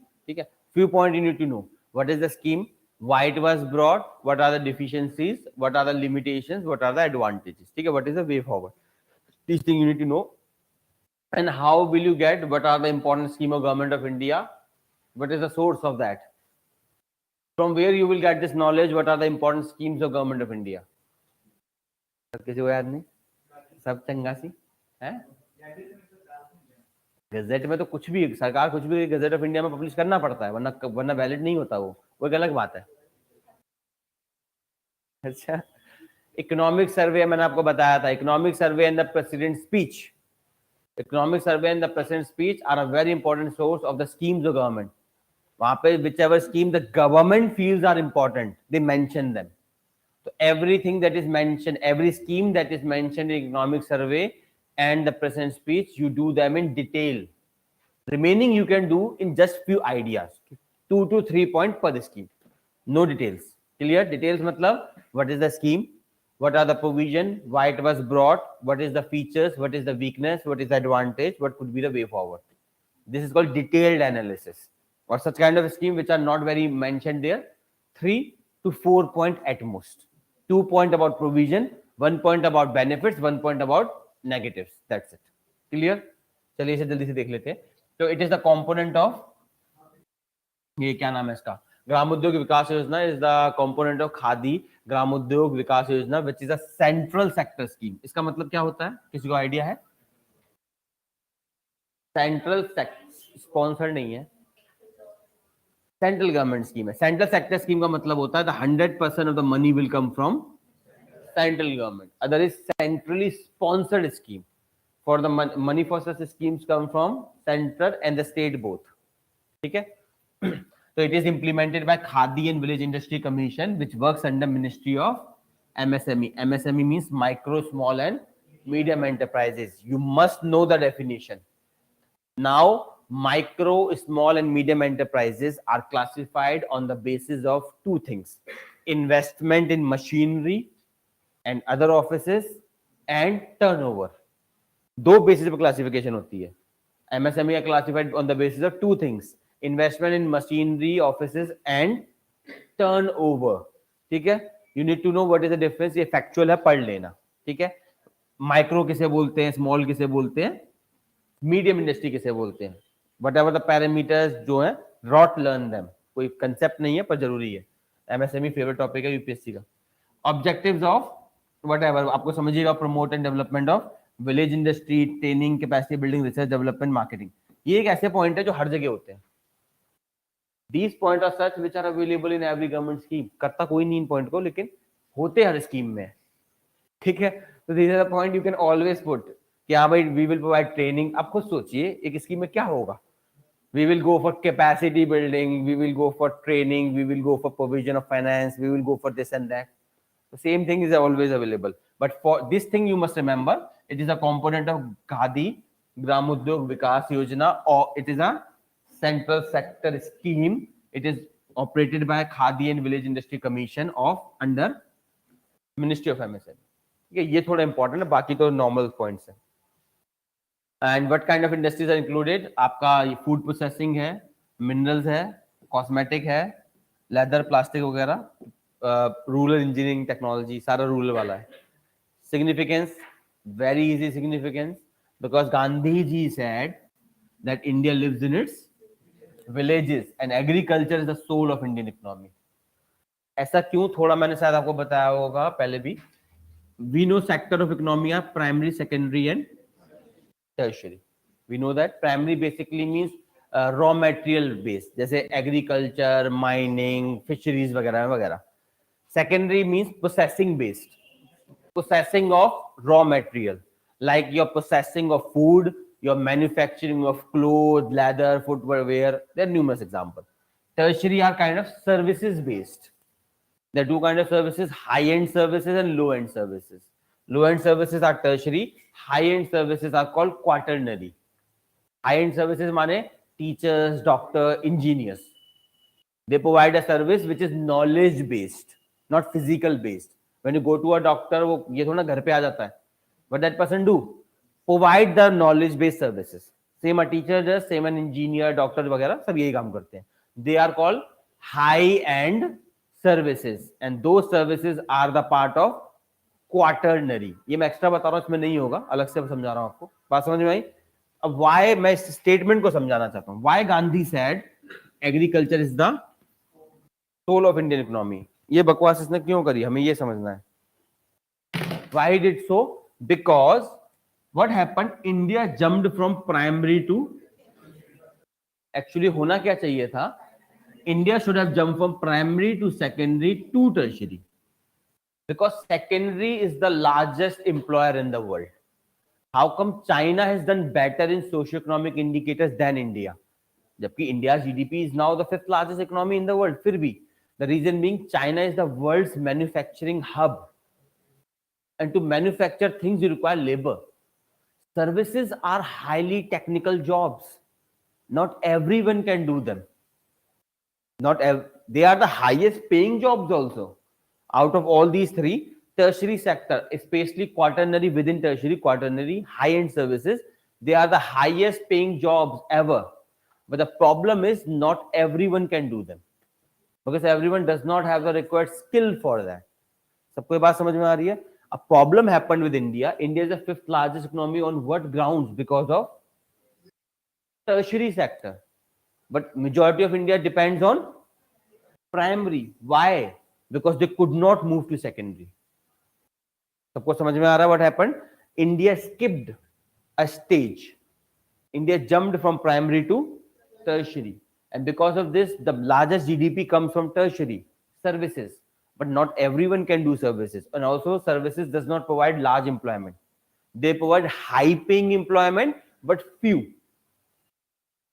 जैसे यहाँ पे इकोनॉमिक्स पढ़ाने के लिए मैं चाहिए एक बहुत जैसा 2 या 3 चीजें लगेंगे, लेकिन अगर एक छोटा सा commodity you have to manufacture, उसके लिए कम से कम 20-30 लेबर लगती है. फर्क देखिए. For teaching economics here at most you require 2 or 3 teachers for taking different classes. उससे ज्यादा नहीं चाहिए. But for even manufacturing a pair of shoes you require at least 10 to 20 labour including machines. That is labour intensive. But because people tertiary में चले गए, you people do not have the skills, तो क्या करोगे अब मजबूरी में? You will stay dependent on primary agriculture. That's why Gandhi said it is the soul of Indian economy, because majority of the people depends on agriculture in India, which is not a good news. It's a bad news. ठीक है, चलिए. And Theodore Skulls had said that most of the world poor have their earning from agriculture. So if you know the economics of agriculture, you know the economics of being poor. So why this scheme is significant? It will uplift the village level industry. मतलब people will have chances of secondary sector jobs. Primary तो वो कर ही रहे हैं. They're producing things. But then this Gramodyog Vikas Yojana will have them or provide them opportunity to work in secondary sector, processing of raw material sector. And this is what economic survey highlighted with respect to women in India. It said the problem with government of India is it focuses on supply of jobs, not demand of jobs. But it said government किस पे focus करता है? Government हमें कहता है we want more women in workforce, more women in workforce. ऐसे बोलने से थोड़ी ना होता है. ठीक है. So what you have to do is you have to supply नहीं, focus on demand. What kind of jobs they want. That is economic survey highlighted. Majority of India's rural women want a job that is near the home, provide some flexibility like parental leave, maternity leave, periods leave वगैरह वगैरह, and a bit flexible in working hours. उनको कैसी job चाहिए जो कम basic पे कर दे. शहर में they will get 40,000, they are happy to work in 20,000, but that factory or machine जो भी है should be near to home so that they can take care in the home also. Second, a bit of flexibility in working hours and a bit of leaves, necessary leaves.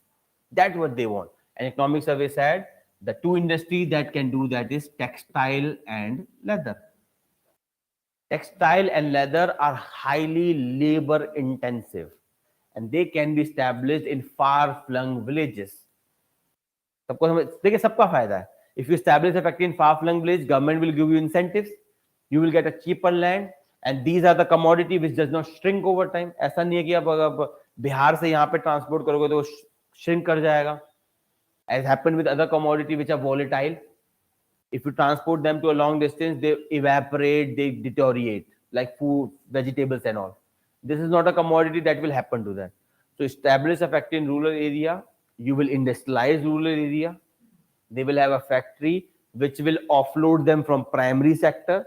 So 4 members of the family will work on the farm, the remaining 4 will work in a factory. There will be diversification of income, industrialization of rural area, you will get a cheaper product made, you can easily transport to urban area, and the advantage, so basically क्या है? It's a win-win-win solution for everyone, for the people, for the villages, for the government, for the development. सबको समझ में आया? So that what government should focus. और इसीलिए government किस में focus करते हैं? ग्रामोद्योग विकास योजना. सबको समझ में आया? ठीक है, this we have it. बाकी आप पढ़ लेना सारा, इसमें चैलेंजेस वगैरह इंटेंड है, लिख लेना. ठीक है. बाकी और दी सिमिलर स्कीम्स है, कुछ नाम मैंने मेंशन कर दिए हैं. If we will get the time we will do them. प्रधानमंत्री कौशल विकास योजना, अब ये स्कीम क्यों लाई गई? आप लोगों को इकोनॉमिक्स हो गया है क्या सबका? तो मैंने जो भी बकवास करी समझ में आई थी, प्राइमरी सेकेंडरी टर्शरी वाली, थोड़ी सी बकवास और सुन लो अभी इकोनॉमिक्स की. रुको. What happened is why this scheme was launched, and this also, and this also, particularly this one. The thing that we have is there is an employment type called structural unemployment. देखिए, why there is so much unemployment in India? Not because jobs are not there, but because skills are not there. Jobs तो है, skills नहीं है. What happened? Because you are structurally employed, आपके पास skills है नहीं. And that is the problem with India's education system. We produce graduate idiots. They are graduate, but they are idiots. Why? Because they do not have the skills. Jobs are in the market, but you don't have the requisite skill to get the job. So you are unemployed. अब आपके skills नहीं होंगी, तो you will not get employed. You will not have a job. तो क्या बचता है आपके पास particularly? Agriculture. Agriculture मस्त है, घर जाओ काम करो, and you create disguised unemployment there. On a farm that require 2 people, 4 people are working because they have no other avenue to work. कुछ तो करना है, टाइम पास तो करना है जिंदगी में, ठीक है. The remaining people start their own small businesses. Majority of the people who are unable to get a job because of mismatch of skills and the requisite skills, they go to agriculture. The remaining go to small businesses. These businesses are on a survival base. You are earning that much that you have to survive. आप कोई बहुत बड़ा profit नहीं कर रहे, आप enterprise नहीं चला रहे हो. जैसे for example this small kirana shops and all, सबको समझ में आया. अब जो बाकी बच जाते हैं वो कहाँ जाते हैं?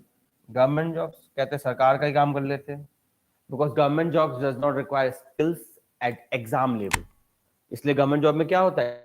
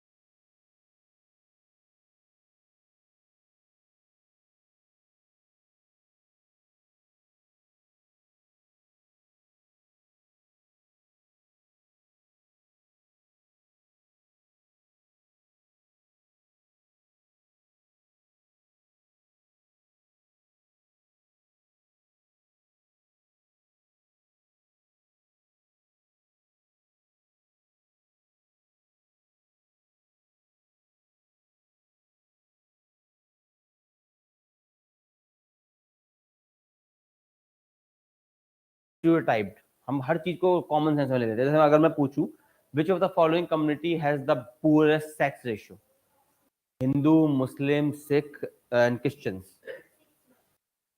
क्लास में ज्यादा आते हो। What you people think, common sense से बताइएगा। आपने सोसाइटी को ऑब्जर्व किया है, I believe you are the part of the society and you have a bit of inquisitorial mind. So which of the following community you think is the most backward in terms of females empowerment? ठीक है, what you think? ज्यादा किसी को लगेगा मुस्लिम, कोई एक बार हिंदू भी बोल सकता है गलती से, सिख नहीं बोलता, कोई यूजली नहीं बोलता। आपने क्लासेस ले ली हैं तो आप बोल रहे हो, ठीक है। The reason being why? Because हमारा ऑरा बना हुआ है। सिख हमने देखे हैं मस्त एकदम बढ़िया से, पार्टी शाड़ी चल रही है, सब कुछ हो रहा है, ठीक है। Sikh has the least sex ratio and Christians have the second best sex ratio, sorry, Muslim have the second best sex ratio after Christians, Hindus की भी उनसे कम है, and we think they are backward. Understand? Some stereotyping works with others. Just because you have access to money, access to power, you are good, it doesn't mean that you are not doing female feticides. The reason being, we are live in a patriarchal society, you are rich, you have access to technology.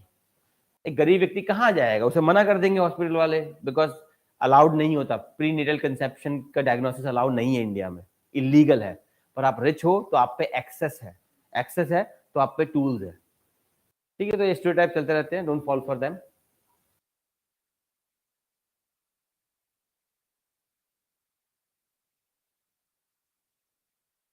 सेंस्क्रिटाइजेशन of caste एक phenomena होता है, चलो sociology का part हो जाएगा, अभी अपनी news देख लेते हैं, we will do that later some time, we know, ठीक है। क्लियर टू दिस मच, सबको क्लियर है?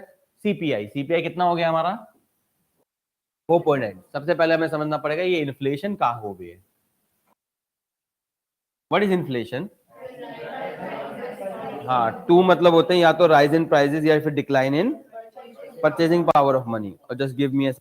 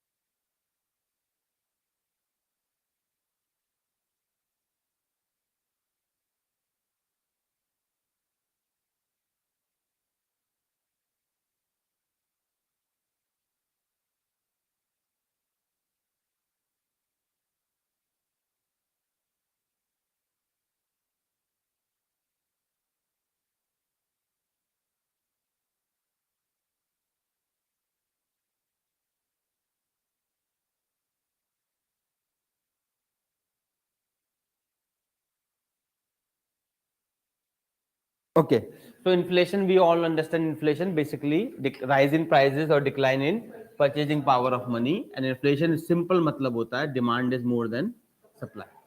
अब चाहे demand बढ़े घटे, supply बढ़े घटे, doesn't matter whether demand is rising, declining, supply is declining, doesn't matter. The only thing that matters is demand is more than supply. That simply means inflation. And the parameter of evaluating inflation, we have numerous parameters. One of the parameters is CPI, Consumer Price Index. It measures the inflation that we get at the level of consumer. Inflation that is experienced by a consumer is called Consumer Price Index. ठीक है? So who published this? याद रखिएगा सब लोग. National Statistical Office under Ministry of Statistics and Program Implementation. NSO MOSPI. Okay, they publish CPI, and CPI is published in 3 forms: rural, urban, and combined. And the base year is 11-12. These are the important facts you need to remember for prelims. They can be asked directly. What is a base year? The year which is taken as a reference point. Based on this, we judge how much there is inflation, how less there is inflation. And base year is always selected a year of relative stability.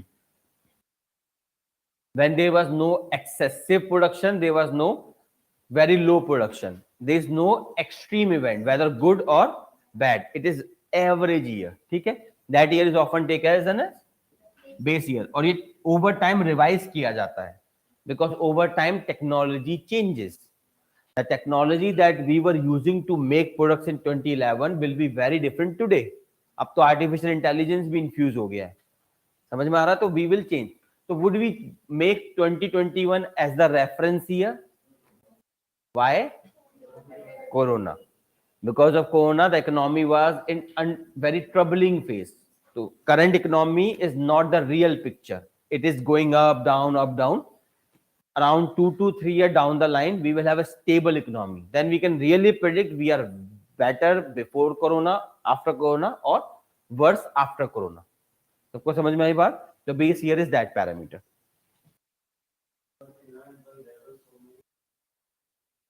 Scams.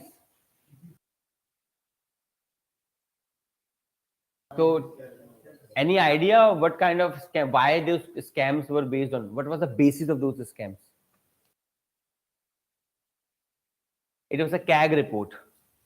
Comptroller and Auditor General Vinod Rai was there. He made a fictional loss. Scams, they became scams because our media. Okay, they made it a scam. अब इसे समझिए. You had a policy of first come first serve. आपने पूरा policy decide करी first come first serve, जो आया पहले उसे मिल जाएगा. अब CAG said if you would have adopted auction then you would have get this much more. मतलब आपने डिसाइड किया कि मैं यूपीएससी करने आया हूं, तो आपके फ्रेंड ने बोला अगर तूने यूपीएससी की तैयारी नहीं करी होती तो आज तेरी सैलरी 2 लाख रुपए होती. फर्क से उस तरह की कहानी थी. It was a fictional losses. अब वो तो बीजेपी ने उसे क्रिस्टलाइज कर लिया इशू को. रिसेंटली विनोद राय ने माफी मांगी थी. उन्होंने माफी मांगी थी that I created a fictional loss that became a reason for the defeat of Congress. तो समझ में आया? वही वाला सीन है यहाँ पे. It was a fictional loss created. It was a assumption by the CAG that the policy you followed was wrong. सबको समझ में आया? तो वो एक अलग रीजन था. ठीक है. उसके बाद सुप्रीम कोर्ट की जजमेंट आ गई थी कोल वाले पे, इसलिए ड्रामा हो गया था. अगर जजमेंट नहीं आती तो ड्रामा नहीं भी होता शायद. चलिए एनीवे, क्लियर है? मोरलेस होगी तभी कराई ईयर, अगला ईयर तभी कर लेंगे. अगर डिस्ट्रप्शन होगा भी तो बहुत बड़ा नहीं होगा. होगा डिस्ट्रप्शन तो भी बिग नहीं होगा. मैं कह रहा हूं ऐसा ईयर स्टेबल तो कोई नहीं होता. सारे थोड़े थोड़े खिसके ही होते हैं हम सब. ठीक है, थोड़े थोड़े सभी खिसके हैं. कोई ज्यादा खिसका हुआ है उसकी बात नहीं करेंगे.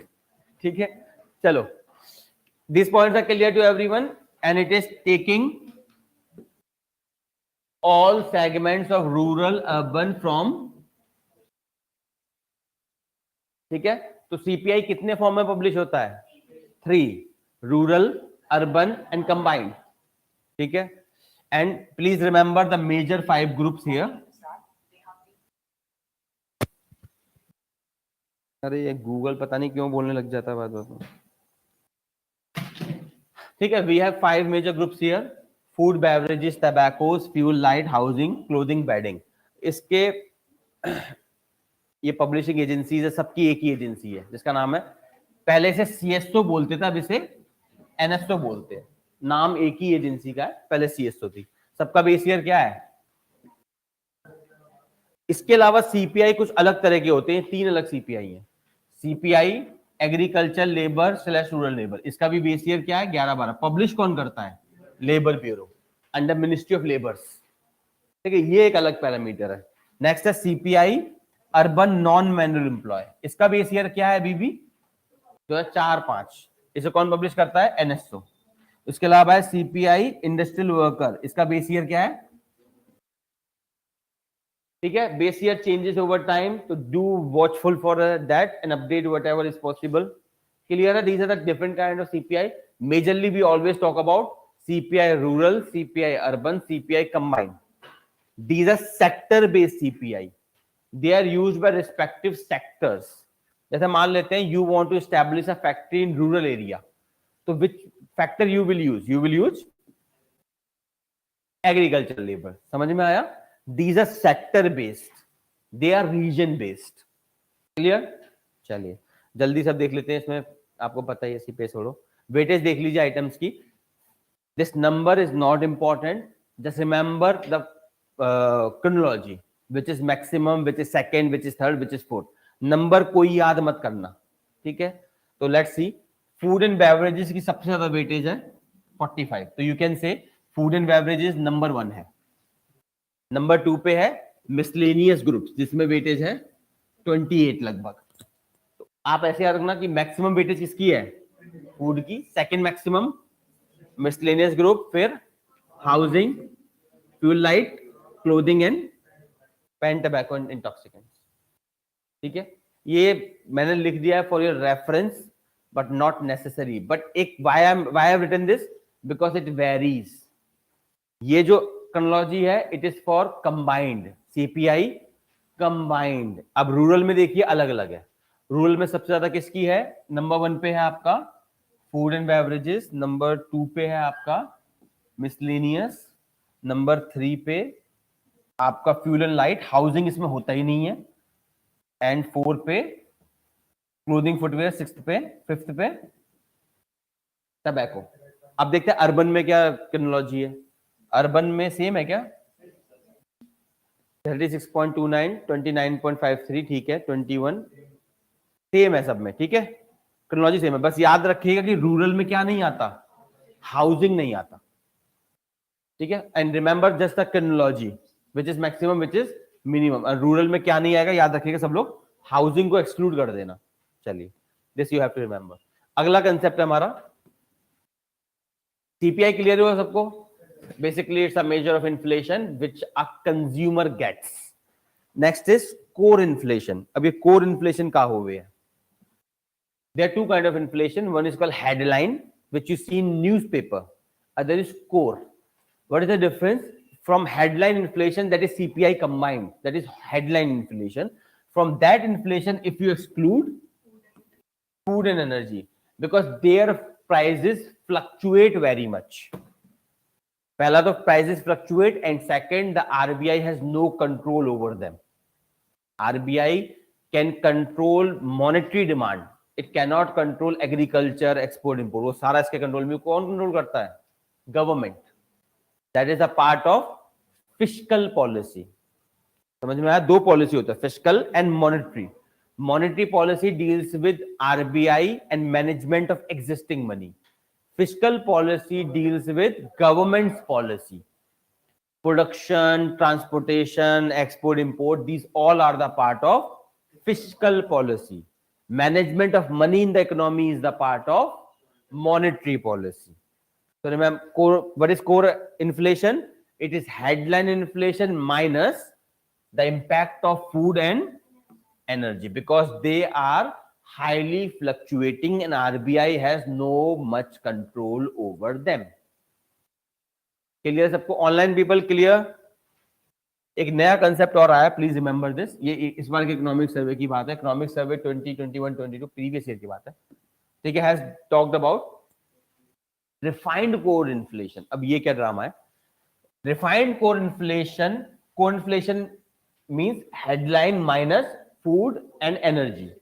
Refined means headline minus all fuel item, petrol, diesel, lubricants and other fuel for vehicle, plus food, beverages and fuel lights. This is called refined core inflation. सबको समझ में आया?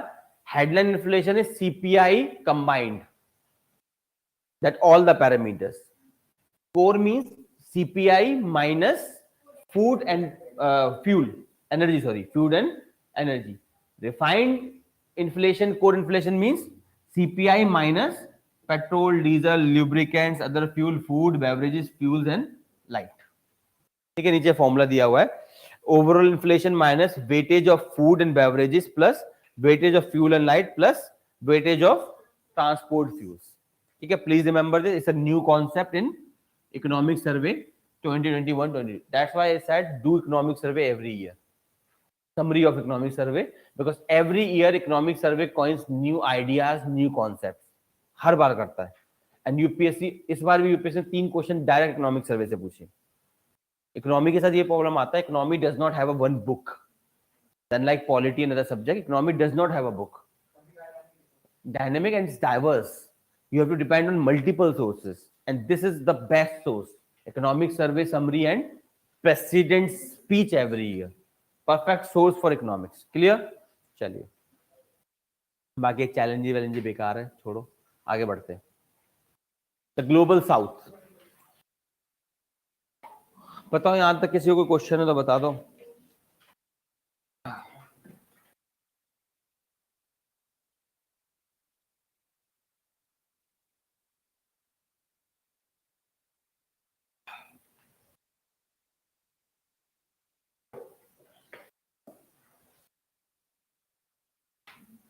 हाँ.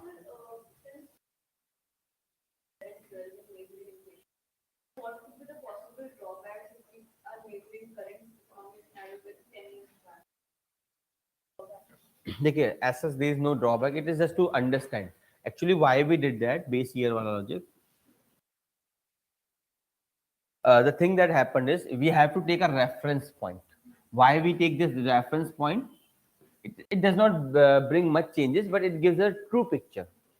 And understand करते हैं. Let's say 2020-21 में inflation वो 6%. ठीक है. 2023 में इन्फ्लेशन इज 2 कर देते हैं, इज 4% से फॉर एग्जाम्पल. तो फॉर यू विल से यार inflation dropped by 2%, but what is the real inflation? तो उसके लिए आपने क्या कर रखा है? अगर ये बोलता है से फॉर एग्जाम्पल इंडिया में इन्फ्लेशन था, तो from 2011 actually inflation has increased. Government plays with this. Government क्या करती है? सेम जीडीपी में होता है. जीडीपी दो होती है, nominal and real. Real GDP is with respect to base year prices and nominal GDP is with respect to current prices. So what government does is when agar current GDP declines, मान लीजिए previous year you have abnormal GDP, तो obviously बात है this year the GDP will be less. If previous year you had abnormal inflation for Corona Ukraine war, तो guarantee है this year inflation will be low. But is it low with respect to the reference point? इसलिए हम करते हैं. बात समझ में? To understand the real change in the economy, not just year by year change, to get a real picture. Same GDP का concept है. ठीक है. As such कोई इसका disadvantage तो नहीं है. Clear? Clear to everyone? चलो अगला देखते हैं, the global south. अब ये global south क्या होता है? आपने शायद थर्ड वर्ल्ड एक वर्ड सुना होगा. Third world is not a negative term. It was a term coined in context of Cold War. During Cold War, the two blocks were fighting, capitalist and the communist or the socialist bloc. The capitalist bloc was known as the first world. The communist or the socialist bloc was known as the second world. And anyone who did not join both bloc was known as the third world. ठीक है. And अब आते हैं दूसरे पे, global south. अब ये क्या ड्रामा है? This is not a geographical concept. It is a political concept. Global South का मतलब the countries which are often having low socio-economic indicators. Any country that is having a low socio-economic indicator. For example, India is the part of Global South. जबकि India कहाँ पे है? North में है. India is in northern hemisphere of the earth, but yet India is the part of Global South. Latin America, Mexico, all the countries which are Latin America तो south में है. Any country which may be the part of northern hemisphere but still will be the part of global south. समझ में आया? It's a political concept. It has nothing to do with geography. For example, Australia, is it a part of global south or global north? Global north. जबकि it is a part of geographical south. Australia is in geographical south, but still it is a part of global north. समझ में आया? It's a political concept. It has nothing to do with geography. ठीक है. Majorly these are developing countries in Asia, Africa and South America. अब वही मैंने आपको समझाया. These are the countries which are both in southern as well as northern hemisphere. They have a characteristic that is developing, less developed and underdeveloped. And they exhibit high poverty, inequality, lower life expectancy, and what happened?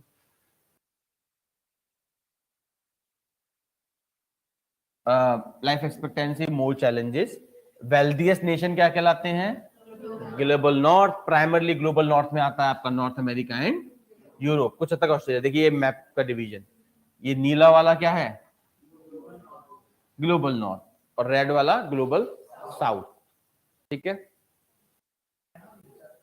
कौन सा China? हाँ तो China global north का south का हिस्सा है भाई, China develop नहीं है। अब लगता है भूल गया, बड़ी जल्दी भूलते हो तुम लोग। एलडीसी कौन डिटरमाइन करता है? यूएन, बताया तो था मैंने आपको, एलडीसी कौन डिटरमाइन करता है? United Nation. डेवलपिंग कहां डिटरमाइन होता है, कौन करता है? खुद करते हैं। Countries categorise themselves as developing at WTO, World Trade Organization, and China is classified as a developing country. And जो बच जाते हैं वो क्या बन जाते हैं? डेवलप्ड। हालांकि कोई भी कंट्री से चैलेंज कर सकता है, जैसे राइट नाउ यूएस, देखिए ये बड़ा गेम लगता है मुझे, आई लव पॉलिटिक्स इसीलिए, because US decries, US wants that China should not be recognized like a developing country, rather it should be recognized like a developed country in WTO. But outside WTO, USA will never recognize China as a developed country. दोनों में फर्क है, because in WTO, if you are recognized as a developing country, you get additional benefits. Developing countries get additional benefits. Outside WTO, if you are recognized as a developed country outside WTO, then you will not get additional benefits. Outside WTO, if you are recognized as a developed country, it is advantageous. It is a status. In WTO, it is a disadvantage, because developed countries have to take larger punishment, larger commitments, and larger money they have to give. So China भी same है. China wants to maintain the tag of developing in WTO. Outside WTO, it says I am a developed country. बात समझ में आ रहा है सबको? Please remember this. LDC is determined by UN. Developing countries determine themselves in WTO, and remaining becomes developed countries. ठीक है, origin of the term ये इतना इंपॉर्टेंट ऐसे नहीं है, बट इसका मेन कॉन्टेक्स्ट ये था, Vietnam war. Vietnam war represents the culmination of a long history of northern dominance over countries of global south. ठीक है, later on it was popularised by, commission का नाम याद रखना आप लोग, Willy Brandt commission. Please remember everyone this commission's name, Willy Brandt commission. This commission talked about north south dialogues in context of climate change and sustainable development. हाँ वही उसी की बात हो रही है. सबको ही इज रेफरिंग अबाउट, शायद आपको याद हो, CBDHR, क्लाइमेट चेंज नेगोशिएशन का मेन प्रिंसिपल क्या है? ये common but differential and historical responsibility, means every country on earth, developing or developed, north or south, has common responsibility of protecting the earth. But developed country exploited this world more and for long, so they have and we have a different responsibility. Why? Because of their historical actions. We all have common responsibility of protecting the earth, but responsibility of developing countries and developed countries have different parameters, because developed countries exploited this earth earlier and more. That is their historical responsibility. उसी की बात हो रही है. ठीक है, clear everyone? तो वो ये सब किसके कहने पे आया था? Willy Brandt commission. It led to the birth of north south dialogue, south south dialogue, north north dialogue. ठीक है, चलिए. अर्लियर मैंने आपको बता दिया 1991 ब्रेकअप ऑफ सोवियत यूनियन. उसके बाद से टर्म थोड़ा बदलना शुरू हो गई. पहले थर्ड वर्ल्ड बोलते थे, फिर बोलने लगे लोग ग्लोबल साउथ. ठीक है, end of the third world, because decline of the term third world in 1990s and south became a significant term. अब क्वेश्चन ये आता है, why we are talking about global south today? Because today they are the powerful factor. थोड़ा सा मैं आपको जल्दी से समझाता हूं, टाइम नहीं है. देखिए 1960s 70s में व्हाट हैपेंड, सबको न्यू लिबरलिज्म तो याद हो गया होगा अभी तक. ठीक है, व्हाट हैपेंड 1960s 70s में, the developed countries of the world they imposed free trade agreement on और द ग्लोबल साउथ. 1960-70s में the developed country were like, यार why don't you follow free trade? It will benefit everyone. Classical economics of Adam Smith, neoliberalism. Current model of globalization क्या है? Neoliberalism. The current model of globalization is neoliberal, and current government of India is neoliberal as well. That is basically market fundamentalism. Market is God. Everything is demand and supply. ठीक है? So they forced us to sign this agreements. अब ऐसा उन्होंने क्यों किया? If imagine करते हैं you are a factory owner, आपको क्या क्या चाहिए? You need land, you need labour, you need raw material, you need capital, you need entrepreneurship. एक और चीज चाहिए, market. Why European countries colonise the world? क्यों कैप्चर की उन्होंने दुनिया? मार्केट के लिए. बिकॉज वेस्टर्न कंट्रीज में इंडस्ट्रियलाइजेशन हुआ. अब these were small countries with a very small population, and by machine you were manufacturing in mass. You were doing mass manufacturing. So a capitalist needs a market. तो उन्होंने दुनिया को capture इसलिए नहीं किया कि उन्होंने दुनिया को सिविलाइज करना था, जैसा ब्रिटिशर्स ने कहा था, that they have captured India for civilizational mission. They are trying to make us better. Real reason क्या था? They were capturing a market for their product. इसीलिए गांधी के जो revolutions थे उसमें वो क्या बोलता था? Burn the foreign clothes. He knew this, that the survivability of this capitalist empire is on market. If Indians refuse to buy their commodities, they will die naturally. That's why Gandhi always used to say, burn the foreign clothes. It was an integral part of every satyagrah. सबको समझ में आ रही है बात? ठीक है. So by 1960-70s, what happened? They forced us to sign FTA to open our economy. They said it's a globalized world, will happen, trade will happen, you will develop, I will develop, मौजा ही मौजा. पर ऐसा हुआ नहीं. It did not happen. अब चीजें गई हैं बदल. उन्होंने ऐसा 1960-70s में ऐसा क्यों किया था? Because they were the producer, we were the consumer. Now situation have reversed. Now we are the producer. Particularly India is the global back office, tertiary sector. China is the world manufacturing along with Vietnam and other countries. So secondary sector. We have taken their jobs now. अब उन्हें तकलीफ हो रही है. They are like cheating करता है तू. पर ये चीटिंग हमने नहीं करी, तुमने करी थी. When you were powerful, you forced us to sign these agreements to open trade. Now when the tables have reversed, now you are saying it's not fair. UPSC ने अच्छा ऑप्शनल में पूछा था. They asked the question. There is a demand of fair trade. अब सोचिए WTO, which ensured this kind of things. WTO बनाया इसीलिए गया था, to force the developing countries to open their border. And Donald Trump called WTO a disaster for America. वो country जिसने neoliberalism पैदा किया. Neoliberalism economic name is Washington consensus. Neoliberalism का economic name क्या है? Washington consensus.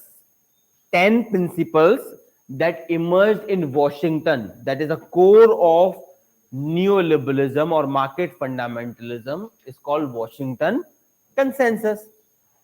And WTO, UN, World Bank, IMF, they all push neoliberalism in the world, market fundamentalism in the world. और वो country क्या बोल रहा है कि WTO is a disaster for America. पर ऐसा वो क्यों कह रहा है? अब फर्क समझिए. टर्शरी हम लेके भाग गए, सेकेंडरी चाइना लेके भाग गया. तो अमेरिका को क्या मिला? कुछ नहीं. अब नाउ देयर इज जॉबलेसनेस. अब लोगों को इतना समझ नहीं आता. The common people is like, मेरे पे जॉब नहीं है. अराउंड द वर्ल्ड अगर आप नोटिस करें, हर दिन प्रोटेस्ट हो रहे हैं. रिमेंबर अभी फ्रांस में प्रोटेस्ट हुआ था, मैंने तब भी आपको बताया था. People of France are not protesting because police killed that young man. They are protesting because they are angry from inside. वो तो बस मौका ढूंढ रहे थे, मौका मिल जाए सरकार को पेलने का. They were just waiting for a chance. They are angry. मैंने पहले बताया, हेट्रेड ऑफ एलीट्स. सबको समझ में आ रहा है? अब what is happening is people are unable to have a job. अब ये बात समझानी पड़ेगी लोगों को. अब it's a difficult task to make them understand you are unemployed because we forced developing country to sign this agreement, which are now backtracking on us. They are hurting us now because they are the producer, we are the consumer. ये बताना मुश्किल होता है, to acknowledge बहुत मुश्किल होता है, कुछ लोग हैं इंडिया में भी, ठीक है, acknowledgement मुश्किल होता है. So what they are saying, you are unemployed because of Chinese. Look, Chinese, he has made you unemployed, and that's why there was a trade war. बहुत कवर हुई थी 2 साल तक. Donald Trump carried out trade war with China. लंबी चली थी. बात समझ में आई क्यों हो रहा है सब? Because उन्होंने हमें फोर्स किया to sign an agreement in 1960-70 जब वो ताकतवर थे.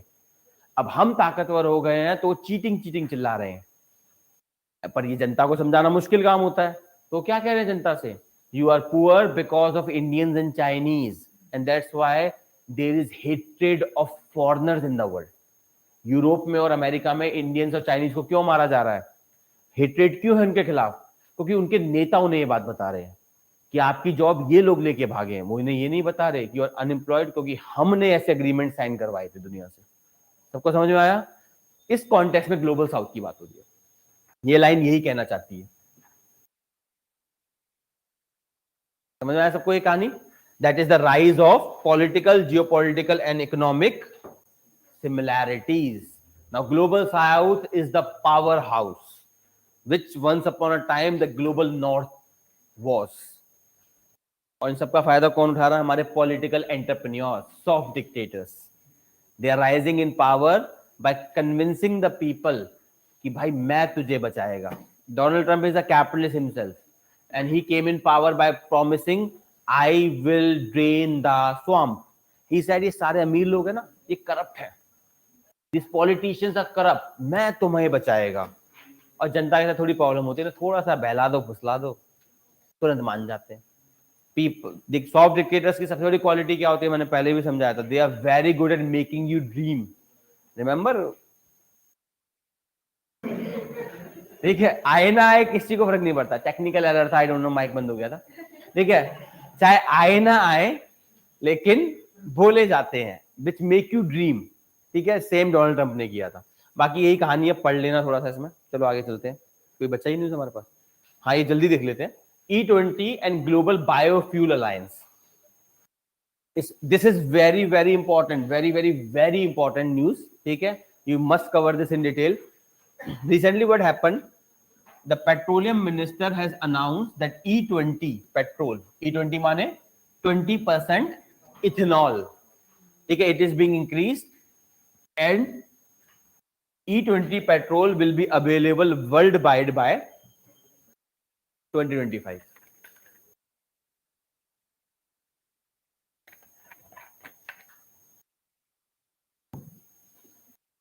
E20 petrol will be available worldwide by 2025. इसमें सिंपल आपको पता है 20% इथेनॉल होगा और 80% ट्रेडिशनल फ्यूल होगा. इथेनॉल फर्क समझिए, ethanol is also a fossil fuel kind of thing, but farak ye hai, it has been manufactured by what, farm crops and all. That's why it is renewable. It is not renewable because we are getting it from a renewable source. We are getting it from crops and all, which uses sun rays. Crops use sun rays to fix the food. We use them to convert into ethanol, and that's why it is being called as a clean fuel and a renewable fuel. Indirectly it's a renewable fuel, not directly. ठीक है, तो जल्दी से देख लेते हैं. It is a dehydrated form of ethyl alcohol which is derived by high starch crops like sugarcane, maize, wheat, rice भी होता है वैसे तो स्टार्च में. ठीक है, in India the primary source of ethanol production is sugarcane. Sugarcane is the primary source of production. It is a cleaner. मैंने बताया ना, clean नहीं है, cleaner है. It also pollutes the environment, but it pollutes the environment very less in front of a traditional gasoline, your traditional petrol, diesel. उससे तो कम ही करता है. It has high oxygen content because of which it combusts easily and produce less environmental pollution. ठीक है, तो 2-3 point आपको याद रखने हैं. What is you have to remember? It is not a directly renewable fuel. It is produced from the crops that use sun rays. and that's why it is being called as a renewable fuel. It pollutes the environment, but it pollutes very less in front of traditional fuels. ठीक है. Apart from that, it is produced by, in India, it is produced by, कहाँ गया, sugarcane. In India, the majority of the bioethanol is produced by sugarcane through anaerobic respiration and digestion, जो भी कहना चाहो, anaerobic, in absence of oxygen, it is converted. ठीक है. जैसे for example हमारे traditional fuels, how they were converted. Once upon a time, some tree fell inside, the dinosaurs and all the species that went inside the earth, they over time got fossilized. Same process यहाँ पे, बस फर्क ये है कि it is man-made process and it is being done on the crops. ठीक है, जल्दी से ये हो गया. चलिए आगे चलते हैं. बायोफ्यूल में प्लीज रिमेंबर एवरीवन, ये जरूर याद रखिएगा आप, जनरेशंस ऑफ बायोफ्यूल बहुत इंपॉर्टेंट है. ठीक है. Bioethanol production depending upon the feed stock. Generation of biofuel depends upon which feedstock you use. First generation में you use food based, like wheat, corn, barley, sugarcane, sweet sorghum, sugar beet. First stage में आप क्या इस्तेमाल करते हैं? Food based commodities. पर एक problem है इसमें, we need food for eating also. We need food for eating also, so it compete with our food needs. ठीक है. सेकेंड जनरेशन में we use biomass, like discarded food. अब जो food आपने खाया, whatever you throw into the garbage, उसका इस्तेमाल हो सकता है. अब स्टबल बर्निंग, फार्मर जब हार्वेस्ट कर लेते हैं, आपको पता है दिल्ली में हर बार प्रॉब्लम आता है. सर्दियों में क्या होता है, पंजाब हरियाणा में farmer started burning the stubble, उसका पोल्यूशन दिल्ली में आ जाता है. पर हम क्या कर सकते हैं, we can take that stubble, convert them into ethanol. सबका फायदा, environment pollution zero, farmers will get additional payment, क्योंकि वो तो वैसे जला ही रहे थे उसे. You will get additional payment, Delhi के लोगों को थोड़ी सांस अच्छी मिल जाएगी. ठीक है. बिना मतलब कैंसर नहीं मिलेगा किसी को. बोलते हैं दिल्ली में एक पॉपुलर फ्रेज है, even if you do not smoke you will have a cancer. ठीक है, क्योंकि आप वैसे भी इतना पोल्यूटेंट ले ही रहे हो. ठीक है, क्लियर. तो first generation clear. First generation is a eating food. वैसे नीचे मैंने मेंशन किया है, आप पढ़ सकते हैं अगर पढ़ना हो तो. इट्स अ फर्स्ट जनरेशन में फूड क्रॉप्स होती हैं. सेकेंड जनरेशन में होता है advance biofuels. It includes food which is no longer in use, like discarded food, stubble, और it is which is already fulfilled the purpose. Stubble हो गया in the farms, food you have thrown into the garbage. Rather than taking that to the landfill, we can take that to a processing plant. इससे हमें ethanol भी मिल जाएगा, आपको पैसा भी मिल जाएगा, एनवायरमेंट का भी भला. ठीक है. थर्ड जनरेशन बायोफ्यूल होता है, these are engineered fuel. They are created by algae. We create algae, engineered algae, and from that we create ethanol. Algae आपने देखा ही होगा, पानी के ऊपर जो होती है. ठीक है. Fourth generation fuels are basically the upper three generation combined carbon सेक्वेस्ट्रेशन.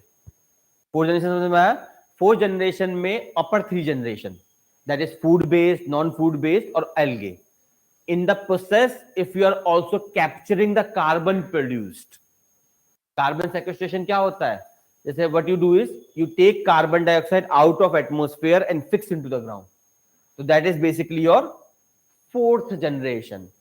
Fourth generation means the upper three generation plus our ability to capture the carbon from the atmosphere. जिससे फायदा क्या होगा? Climate change will be dealt with. सबको समझ में आया? ये fourth generation है. प्लीज एवरीवन रिमेंबर, बहुत इंपॉर्टेंट है. Biofuel is very very important for environment and other kind of thing. और गवर्नमेंट का प्रोग्राम चल ही रहा है, आपको पता ही है, इथेनॉल ब्लेंडिंग प्रोग्राम. कितना E20 जिसे बोल रहे हैं, कितना ब्लेंडिंग का नियम है? 20%. कब तक? 2025 तक, 2025 तक. ठीक है. और इंडिया में सबसे ज्यादा इथेनॉल किससे प्रोड्यूस होता है? Sugar cane. ठीक है. These are very primary fact, please remember. फायदे मैंने इसमें लिखे हुए हैं, थोड़ा समझा दिया, पढ़ लेना, बाकी तो कुछ खास है नहीं इसमें. एक अलायंस बनाया गया जिसका नाम है ग्लोबल बायोफ्यूल अलायंस. ये मोदी जी का आइडिया था. इसमें India, Brazil, US, they are the leading producer of bioethanol in the world, वो है, और बाकी कंट्रीज भी होंगे. इनका पर्पस क्या है? To collaborate together and to produce more and more ethanol. ठीक है.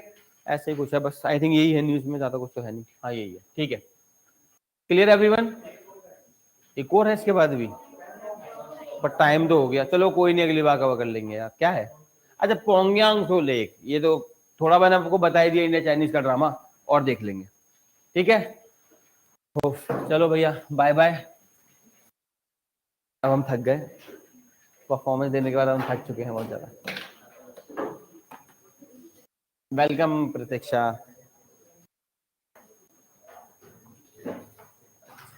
वेलकम शुभम।